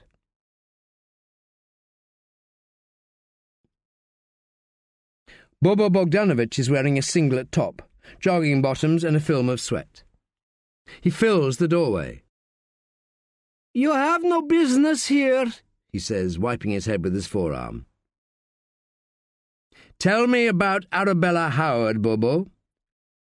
I don't know her. A friend of your girlfriend's. She went to Suffolk with her. You remember that, Bobo?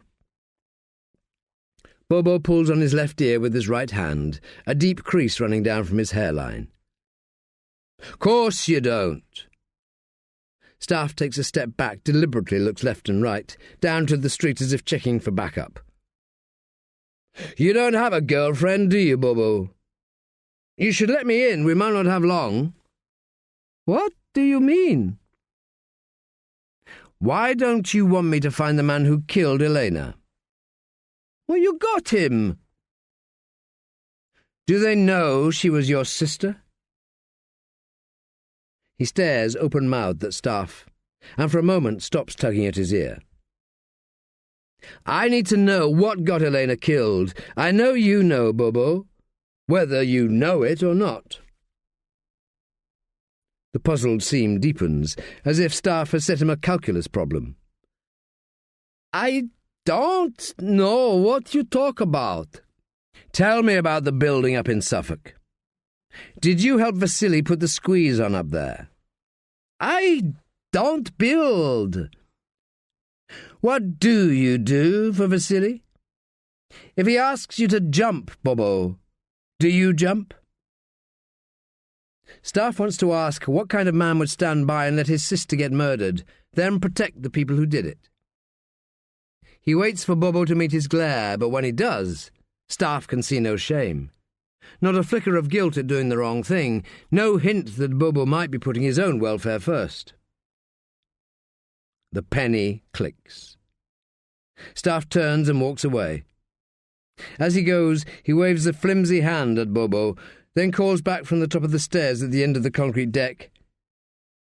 "They got you, hey, Bobo? All the way back home." Even in the grey light of the December dusk, Staffe can see Bobo's bottom lip protrude.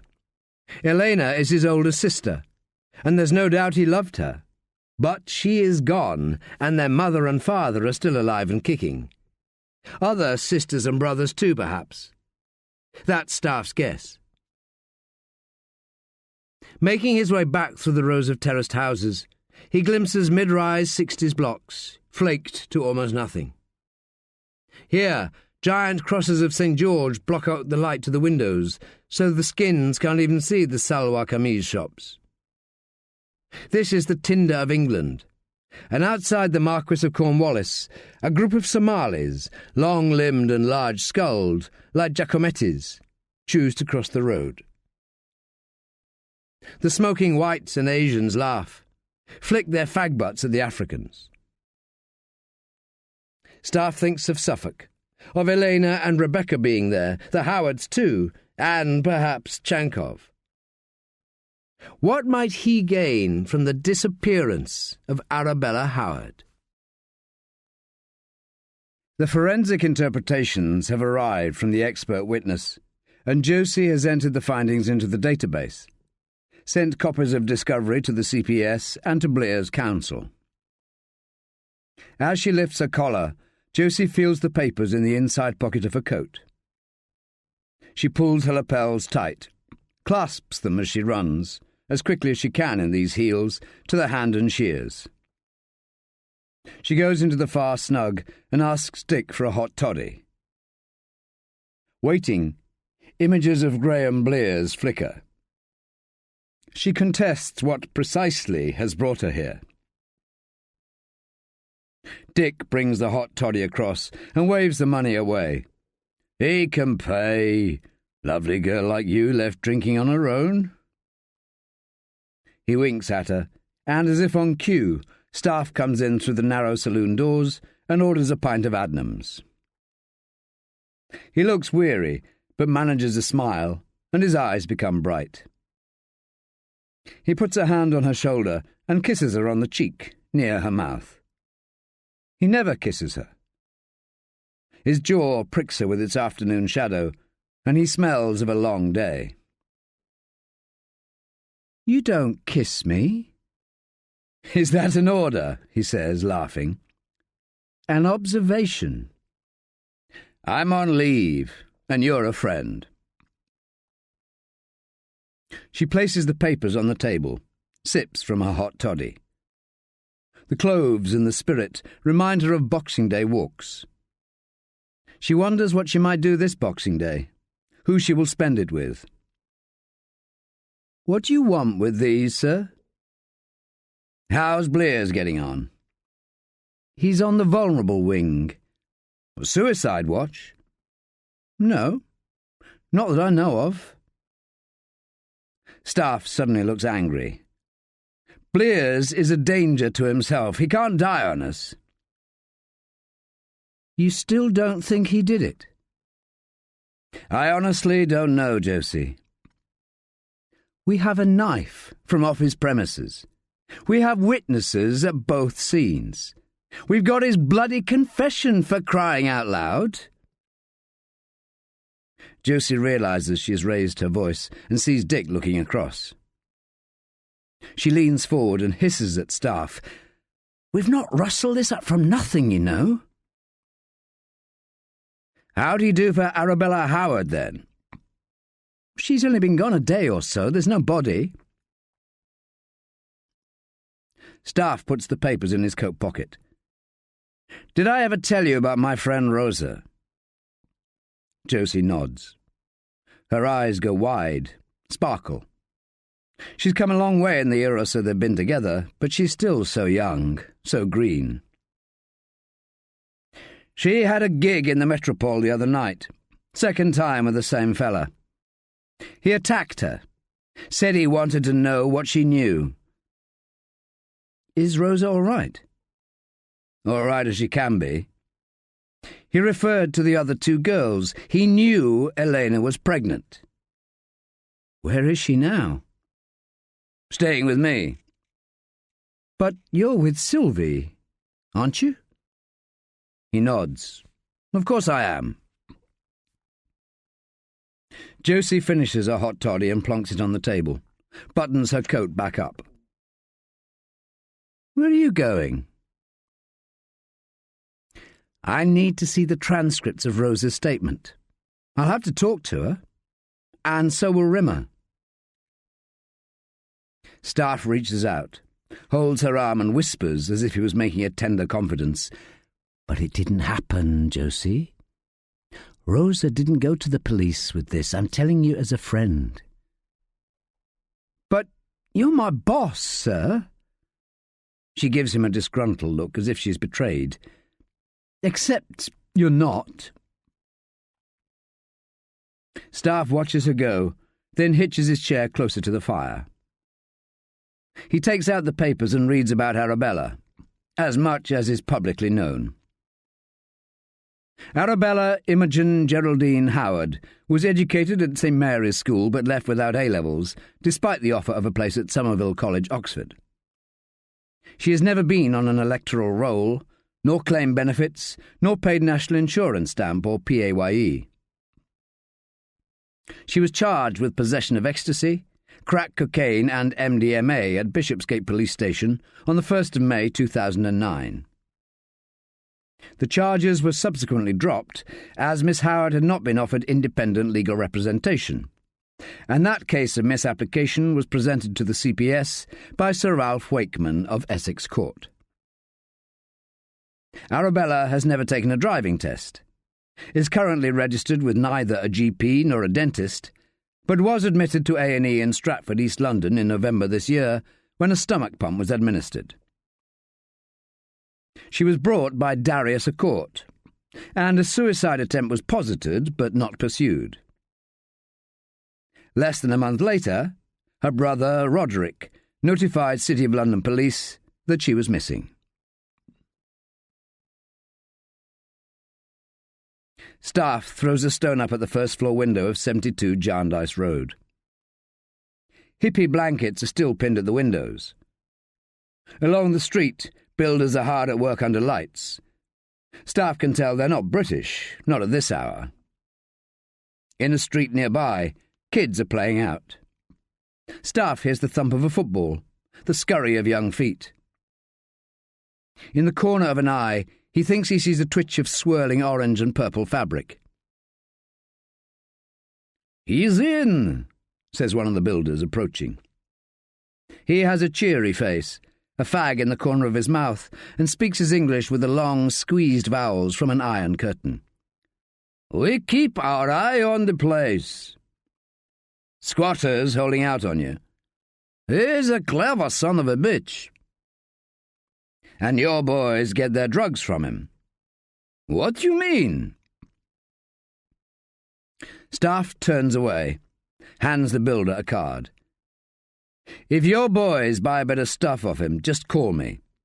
I won't do you for possession, you've got my word, and he'll become the last of the squatters." Staffe winks at the builder, who shakes Staffe by the hand. "My name's Stanislav." "Are you Polish, Stan?" He shakes his head. "But I have permit, very clean permit." "I don't doubt it," says Staffe, walking across to the skip, picking up half of a London brick. "Russian?" Stanislav shrugs. "What about the girl?" Stanislav says, "I not seen her for days." Staffe weighs up number 72, gives himself a run-up, brings his arm back and launches the brick. The glass shatters. From inside, Darius shouts, "What the fuck?" He looks down in anger, undiminished when he sees it is Staffe. Darius sits in the room's only armchair, toking on a roll-up and swigging from a can of supermarket beer. "What the fuck am I going to do now? It's freezing in here," he says in his posh, faux cockney drawl, nodding at the smashed window, the dark night beyond. "Call the council." "Don't take the piss." "Where's Arabella, Darius?" "I'm not her keeper."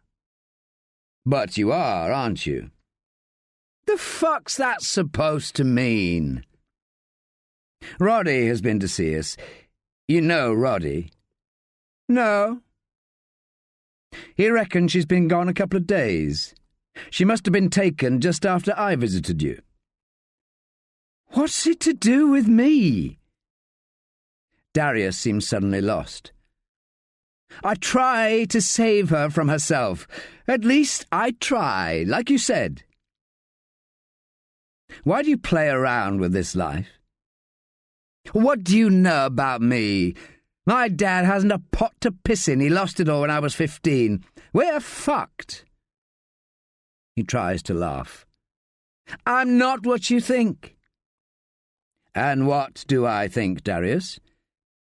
"I'm a poor little rich kid." "Who thinks he's a dealer. Maybe you're not what you want to seem."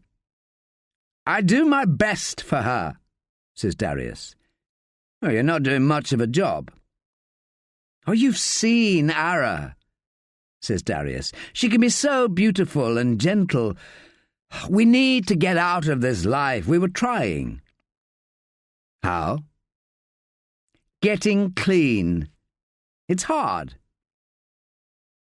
"Resisting temptation is beyond you, though. You had your hand in the honey jar, didn't you? With Elena." Staffe crouches, so his face is right up against young Darius a court. "You can't intimidate me," says Darius. "You heard of Sir Ralph Wakeman?" Staffe shoots out a hand and grabs the cigarette from his mouth. He puts his knee on a court's chest and places the burning cigarette right up to his nostril. "You can call Wakeman once I'm done." He puts the cigarette into a court's nostril, careful not to let it touch. He holds it there for the count of 3, then withdraws it. "I don't know where she is. I don't fucking know. I haven't seen her since you came here last." Staffe puts the cigarette to the other nostril, gives it a count of 4, and watches Darius's eyes go wide as fog lamps. They begin to water. He waits until it dawns on Darius that this is only going to get worse, and then says, "You tell me everything about Arabella, and the last time you saw her, and what she did the last few weeks. Then I'll get someone round here with a warrant, and we'll run you out to Mr. Wakeman's house. He's got a fine spread just up the road in Hampstead, you know. He's a family friend of the Howards. Wonder how keen they'll be when I tell them what you said about Arabella." "I haven't said anything about her." "Were you and Elena up to something together? Up to something in Suffolk, maybe? And Rebecca, too?" Staffe holds the cigarette up again, and Darius begins to squeal. As he does, his voice becomes gradually more refined. "Those girls were tight. Tight as." "Would Elena have used Arabella?" "What?" Darius laughs. "No way! Nobody uses Ara. Arabella's in her own club, whether she likes it or not." "Did she know Vasily Chankov?" "She'd met him." "And you, Darius?" "I know my limits, Inspector." He laughs again. "I'm not the prick you might think I am. Ara says she loves me." He shakes his head. "I think she does. What can I say? You can never be sure." "Why did you have a thing with Elena?" What exactly did Arabella think about that? Oh, that's private. We can take this to the next stage, make it public if that's what it takes. Now, what do you think of Leonard Howard, Darius? He's all right. A step out from my old man, that's for sure. What's Arabella's problem with him? Ara's getting better. She's missing. Hardly a parenting endorsement. Leaving, Staffe thinks he might have been too hard on the boy. He waves at Stan and wonders how easy it might be for them to get their labour licences. How many of them are in the city? How cold that trail from where they hail. An illegal pall of cigarette smoke hangs in the corridor, and Newsland's finest cokehead seems pleased as punch to see Staffe. It must be a slow evening for revelation. Well, that's about to change. Absalom goes to the open window, drawing on a cigarette. It is freezing in the room, and Absalom is wearing a donkey jacket. "To what the pleasure, Inspector?" "I've got you a front page." "I bet you say that to all the boys." "The Howards. You know them?" "Bankers." "That's the one. This is about the daughter." Absalom flicks his dimp and draws the sash window closed.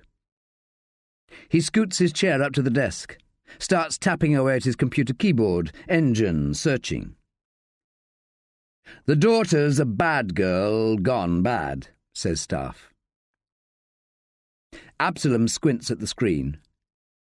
"Leonard is a serious dude. If he wasn't a left-footer, he'd have been a knight by now," he laughs.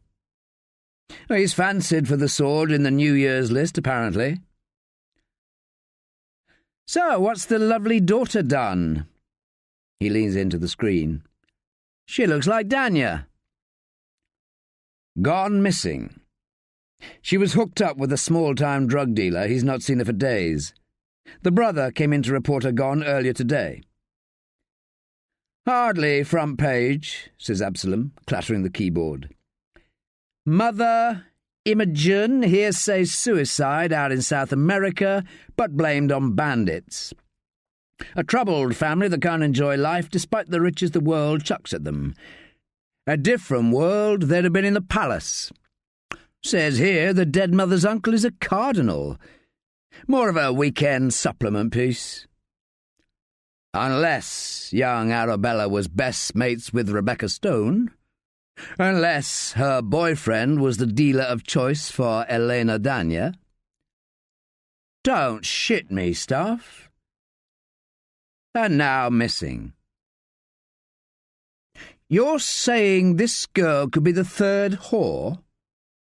She's no prostitute, surely. They are women before they're prostitutes. Human beings before that. But you've got your man. Listen, Absalom, I'll say this once and then you're on your own. You can go straight to Pennington for all I care. Arabella Howard was the last person to speak to Elena Danya by phone. And she was with Rebecca Stone the night before Rebecca was murdered. She's been killed, you reckon? Staffe spreads his arms wide, as if he might be appealing to a referee, or renouncing all his sins. Get digging. Oh, you got more, surely. The boyfriend gets off on being down and dirty just the same.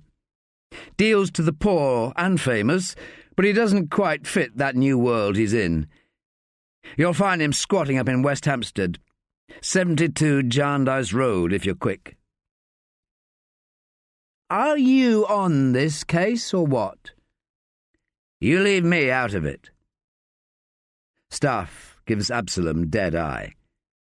I can have you sacked, chucked out of the NUJ, and fined $5 grand for smoking in a place of work. If Staffe was a betting man, he'd put his houses on a news lead on the Howard disappearance, come the midday edition. Maybe he should tip Pulford a wink. The inspector leaves the building with his collar turned up against the wind that whistles off the river. The two men are frozen to the bones of their toes. They have been waiting for half an hour, and it has become difficult to form shapes with their mouths when talking. Lights glow through the stained windows of St. Sepulchre, and night warbles with the smooth choral sweep of In the Bleak Midwinter being practised, late. "Here he comes," says the younger, ruddy-faced and grimacing as he talks, the stitches in the cut across his head pinching in the cold. "The bastard." "I've got him," says the elder. "You'd better tell them what might be coming their way." "Do we know?" "He's going through hoops we didn't know were there." The elder pats his young accomplice on the back, says, "And don't get emotional. She turned on you because you let her. I don't see why we can't just fuck him up proper. He's police, and that's a last resort. This isn't Northern Ireland." The elder scurries round the corner to his black London hackney carriage, flicks the switch to the orange light, just in case he drops doubly lucky. But the inspector's waved down another cab, so he throttles back and turns off his for hire, follows at a safe distance. As he goes, he watches his younger apprentice talking into his phone, thinks of all he has taught the whippersnapper since he had his life saved by the boy. And he knows that what they owe each other counts for nothing in this game.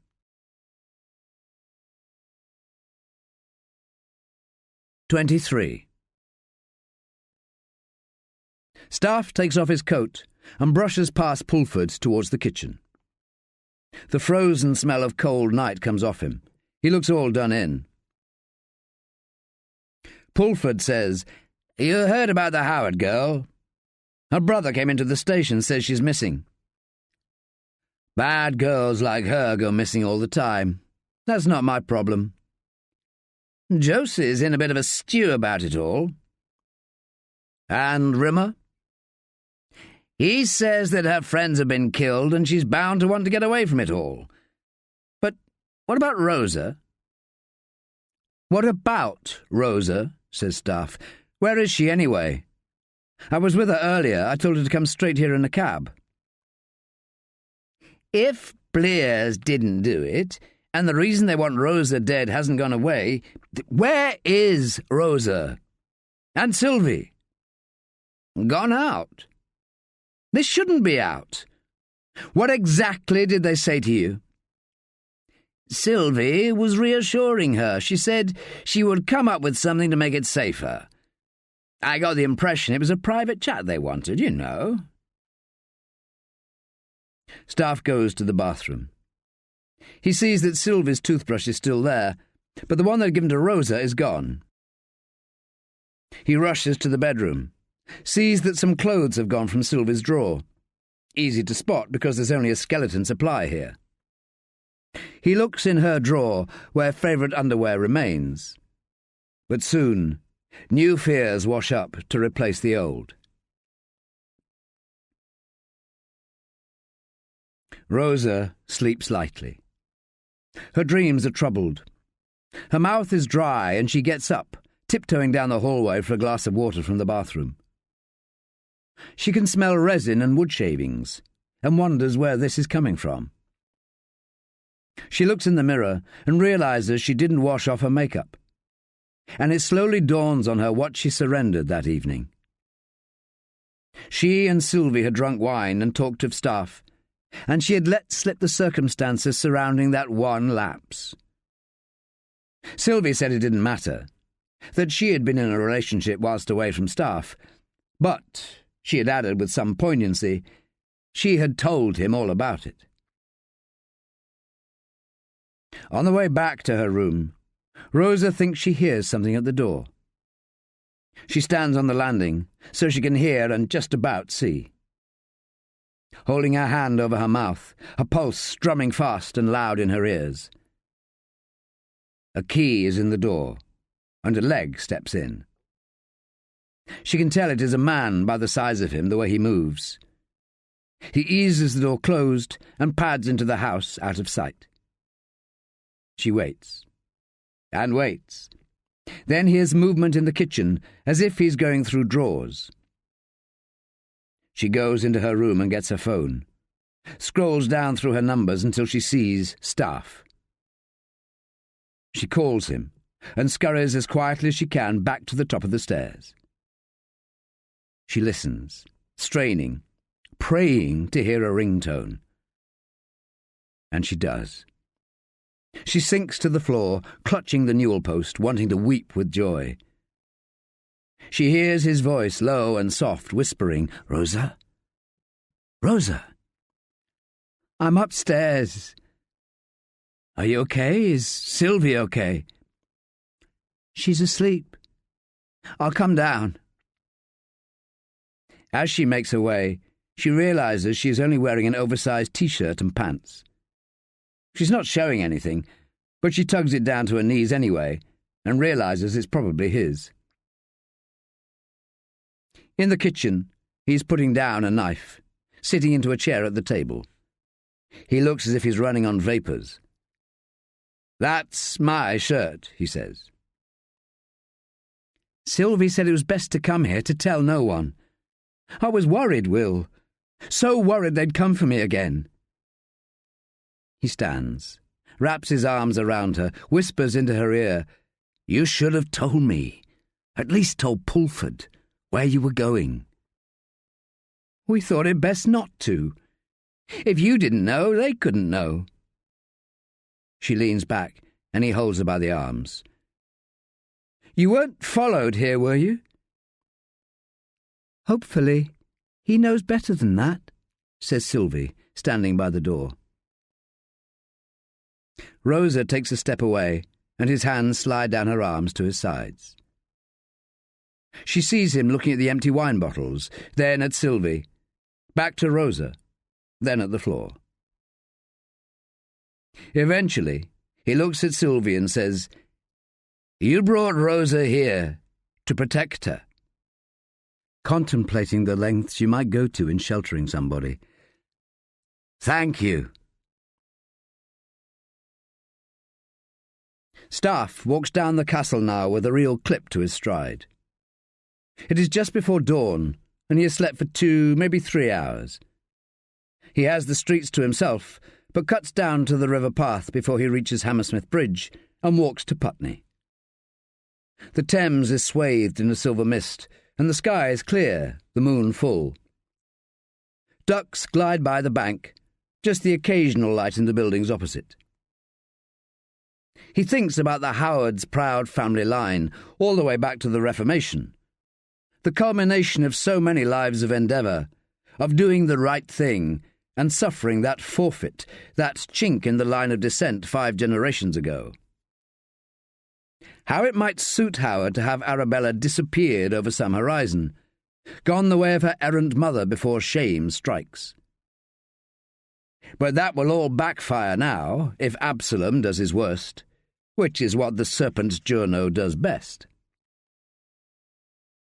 What will it take to bring young Roddy to preserve the family? All on his narrow shoulders. He checks his watch and slows down, not wanting to arrive too early. He wants Roddy all to himself this morning, so stops off for breakfast at a cafe just off the Fulham Road. The place bustles with truckers who have made their city drops, and builders in high-vis and rigger boots. They belch and joke and rib each other. Some bury their heads in the sun. An old girl in a tabard brings his sausage sandwich and his mug of tea, and one of the builders slaps her backside playfully with a rolled-up newspaper. He gets a clip round the ear, which sets everybody off, and Staffe laughs out loud. He likes its sound, the shape it makes of his face. The builders and drivers drift away, and Staffe leaves his crusts and a healthy tip, returns the smile of the old girl who is clearing tables. Her husband wipes down the counter between slurps from a pint mug of tea, and his happy glow flicks off like a light. Her too. You can hoodwink anyone in this city. They do it with global warming and credit crunches. If you wanted to disappear a black sheep, You might do it by disguising it as a serial killing of whores and junkies. How desperate would you have to be? Staffe works his way up towards the south side of Hyde Park. He cuts up Kensington Church Street and past the palace with its endless princess tributes. Staffe says aloud, "Families," and crunches across the frost-crusted grass, the morning light coming pale, the traffic up on Bayswater roaring and grinding. And Bobo, letting people think Elena was his lover, when all along he was her brother. Why do that? And does it make him a Danya, or her a Bogdanovich? Or neither of them either? And if he ever could trace Elena back, what family secrets might he uncover there? He remembers the savagery of Bobo's grief. Grief so close to shame. It is now nearly 3 days since Arabella went missing. He calls Pulford to get onto T-Mobile to see when Arabella Howard last used her phone. As he talks, he stops, looks ahead to Hyde Park Corner and rubs his head. He does it with such ferocity that people stop and watch. They think he's one of the nutters. He has walked 6 miles, and round in circles. "My father is out," says Roddy Howard. Even though he's a student, Roddy wears cavalry twills and a double-cuffed shirt. He wouldn't look out of place in whites, or the Lords. "It's you I came to see." "Me?" says Roddy, as if everyone who calls comes for father. Staffe sidles into the wide hallway with its Victorian tiled floor and an extremely rare upholstered Georgian settle. Classical music, presumably Radio 3, is playing at the back of the house, and Staffe takes a half-flight down to a large kitchen, where the scullery, pantry and parlour have all been knocked into one. A large George III breakfast table is at the centre. He can smell roasted coffee beans, says, "There's nothing finer than the smell of fresh coffee." Through the French windows, he admires the beautifully planted 50-foot garden. "I take it you would like a cup." Staffe had seen the Liverpool Italian machine and says, "I'd like it cut, please. A thimbleful." Roddy smiles approvingly, grinds beans afresh. As he does it, Staffe takes a close look at a framed Onslow print of the Great Eastern Hotel, with diners dwarfed in its pillared and domed dining room. "I'd hazard you've been through Liverpool Street Station a fair few times, hey, Roddy?" "You could say that." "All those trips up to town from the ridings." "What do you know about the ridings?" "They're building one of those brand-spanking new country towns up there." "Do you have news of Arabella?" says Roddy. "What did you do?" says Staffe jokingly. "Sell off a few acres of the estate?" "Why are you here?" "I need to know more about Arabella's friends, and I need some photographs, as recent as you've got." Roddy hands Staffe his coffee, served in a thick illy cup, with saucer.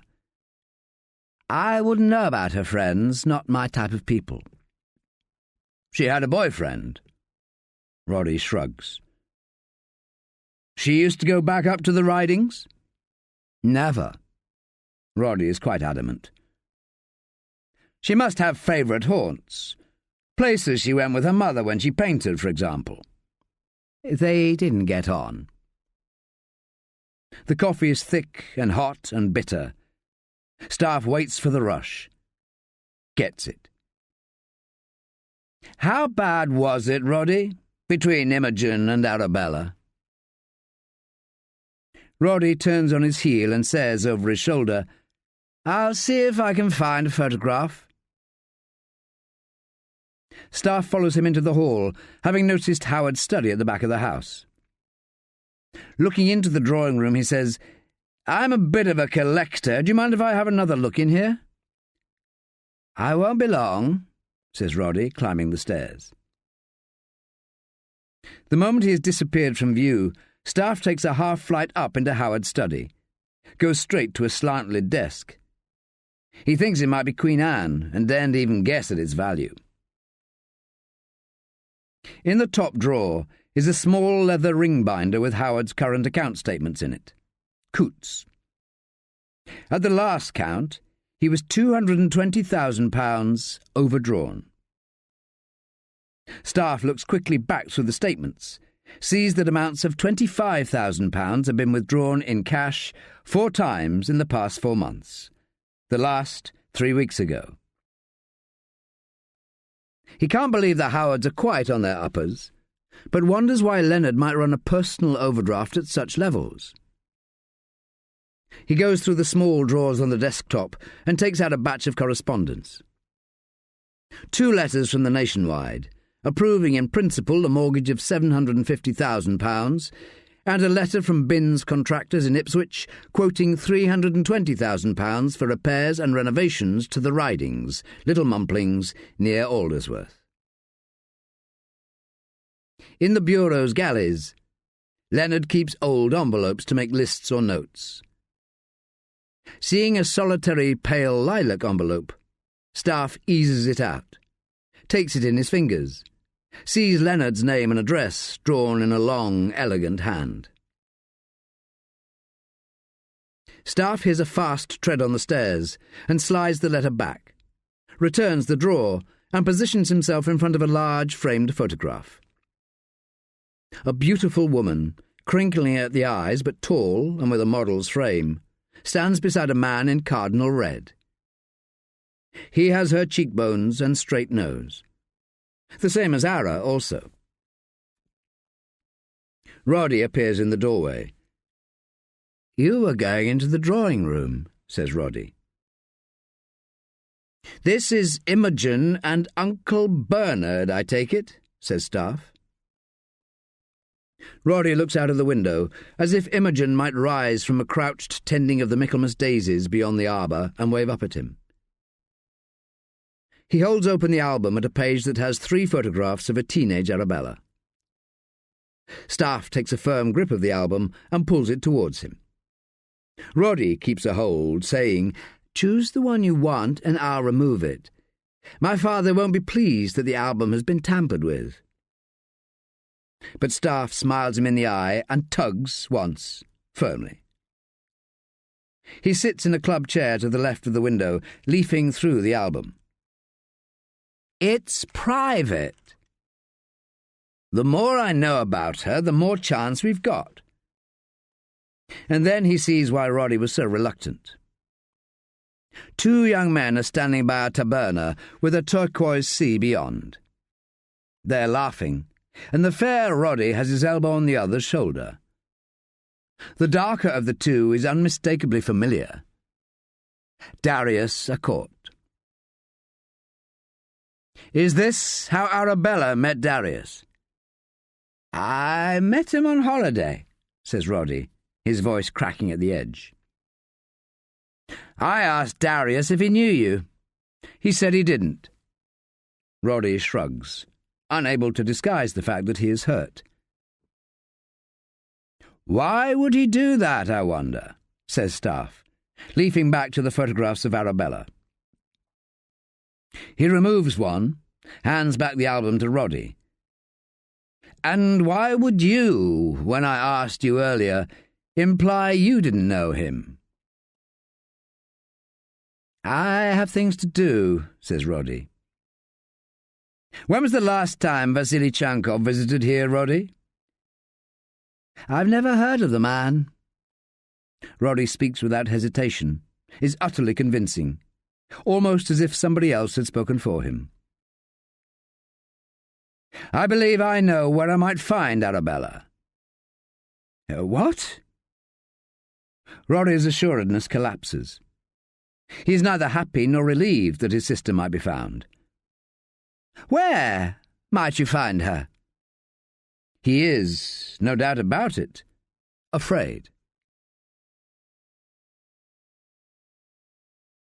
The elder has quite taken to driving his hackney carriage and can't help but smile at the realization that his plan has panned out so sweetly.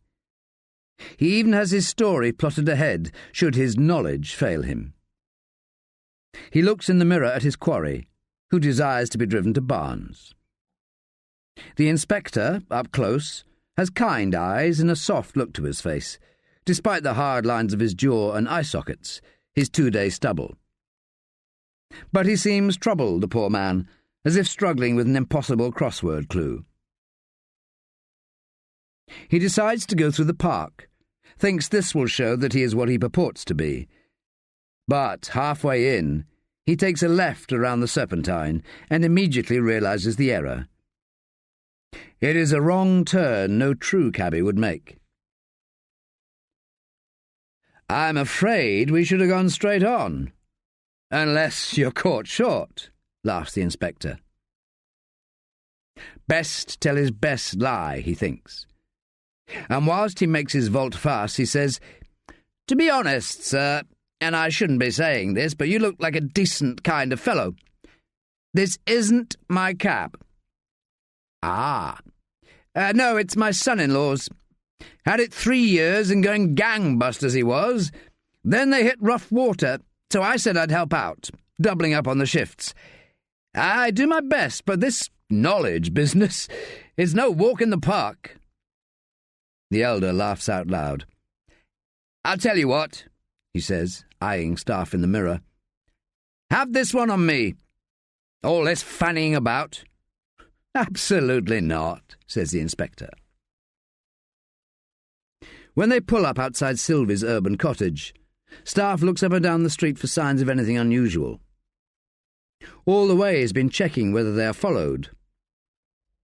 As he gets out with the cabby gushing his thanks, he stops, leans against the hackney carriage and says to the driver, "How do you fancy a proper fare and a good run out?"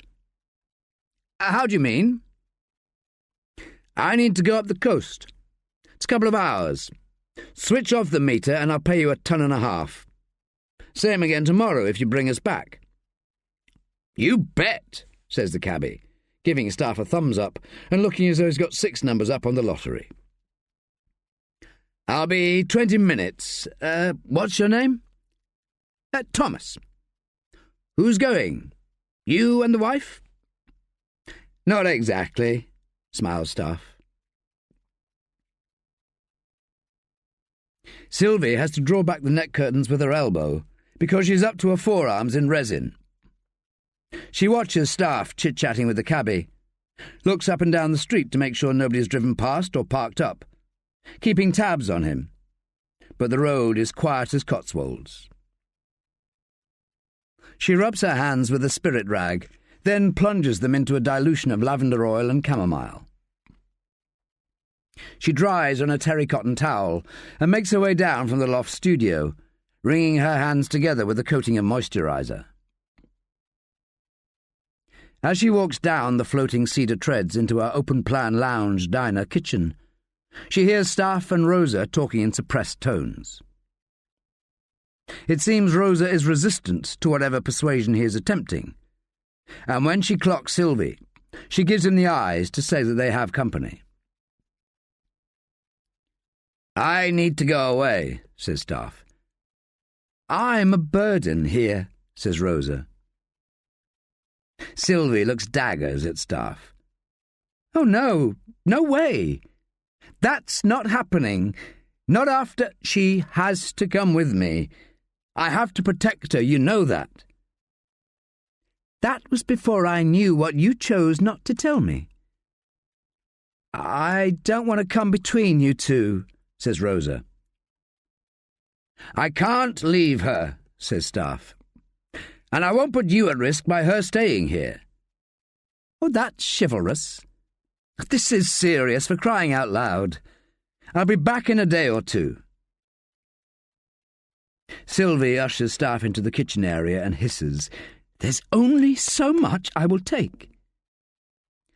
"Everything will be fine," he says, pulling her towards him, making to kiss her on the lips, but she turns her head, looks into the garden.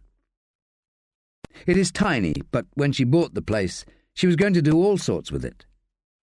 Lately, she's been thinking of not having another summer here. "We'll see," she says. "You do what you have to do, Will. You always do." She opens the door to the garden and goes out, feels the cold, plays with the Ural's ring on her wedding finger.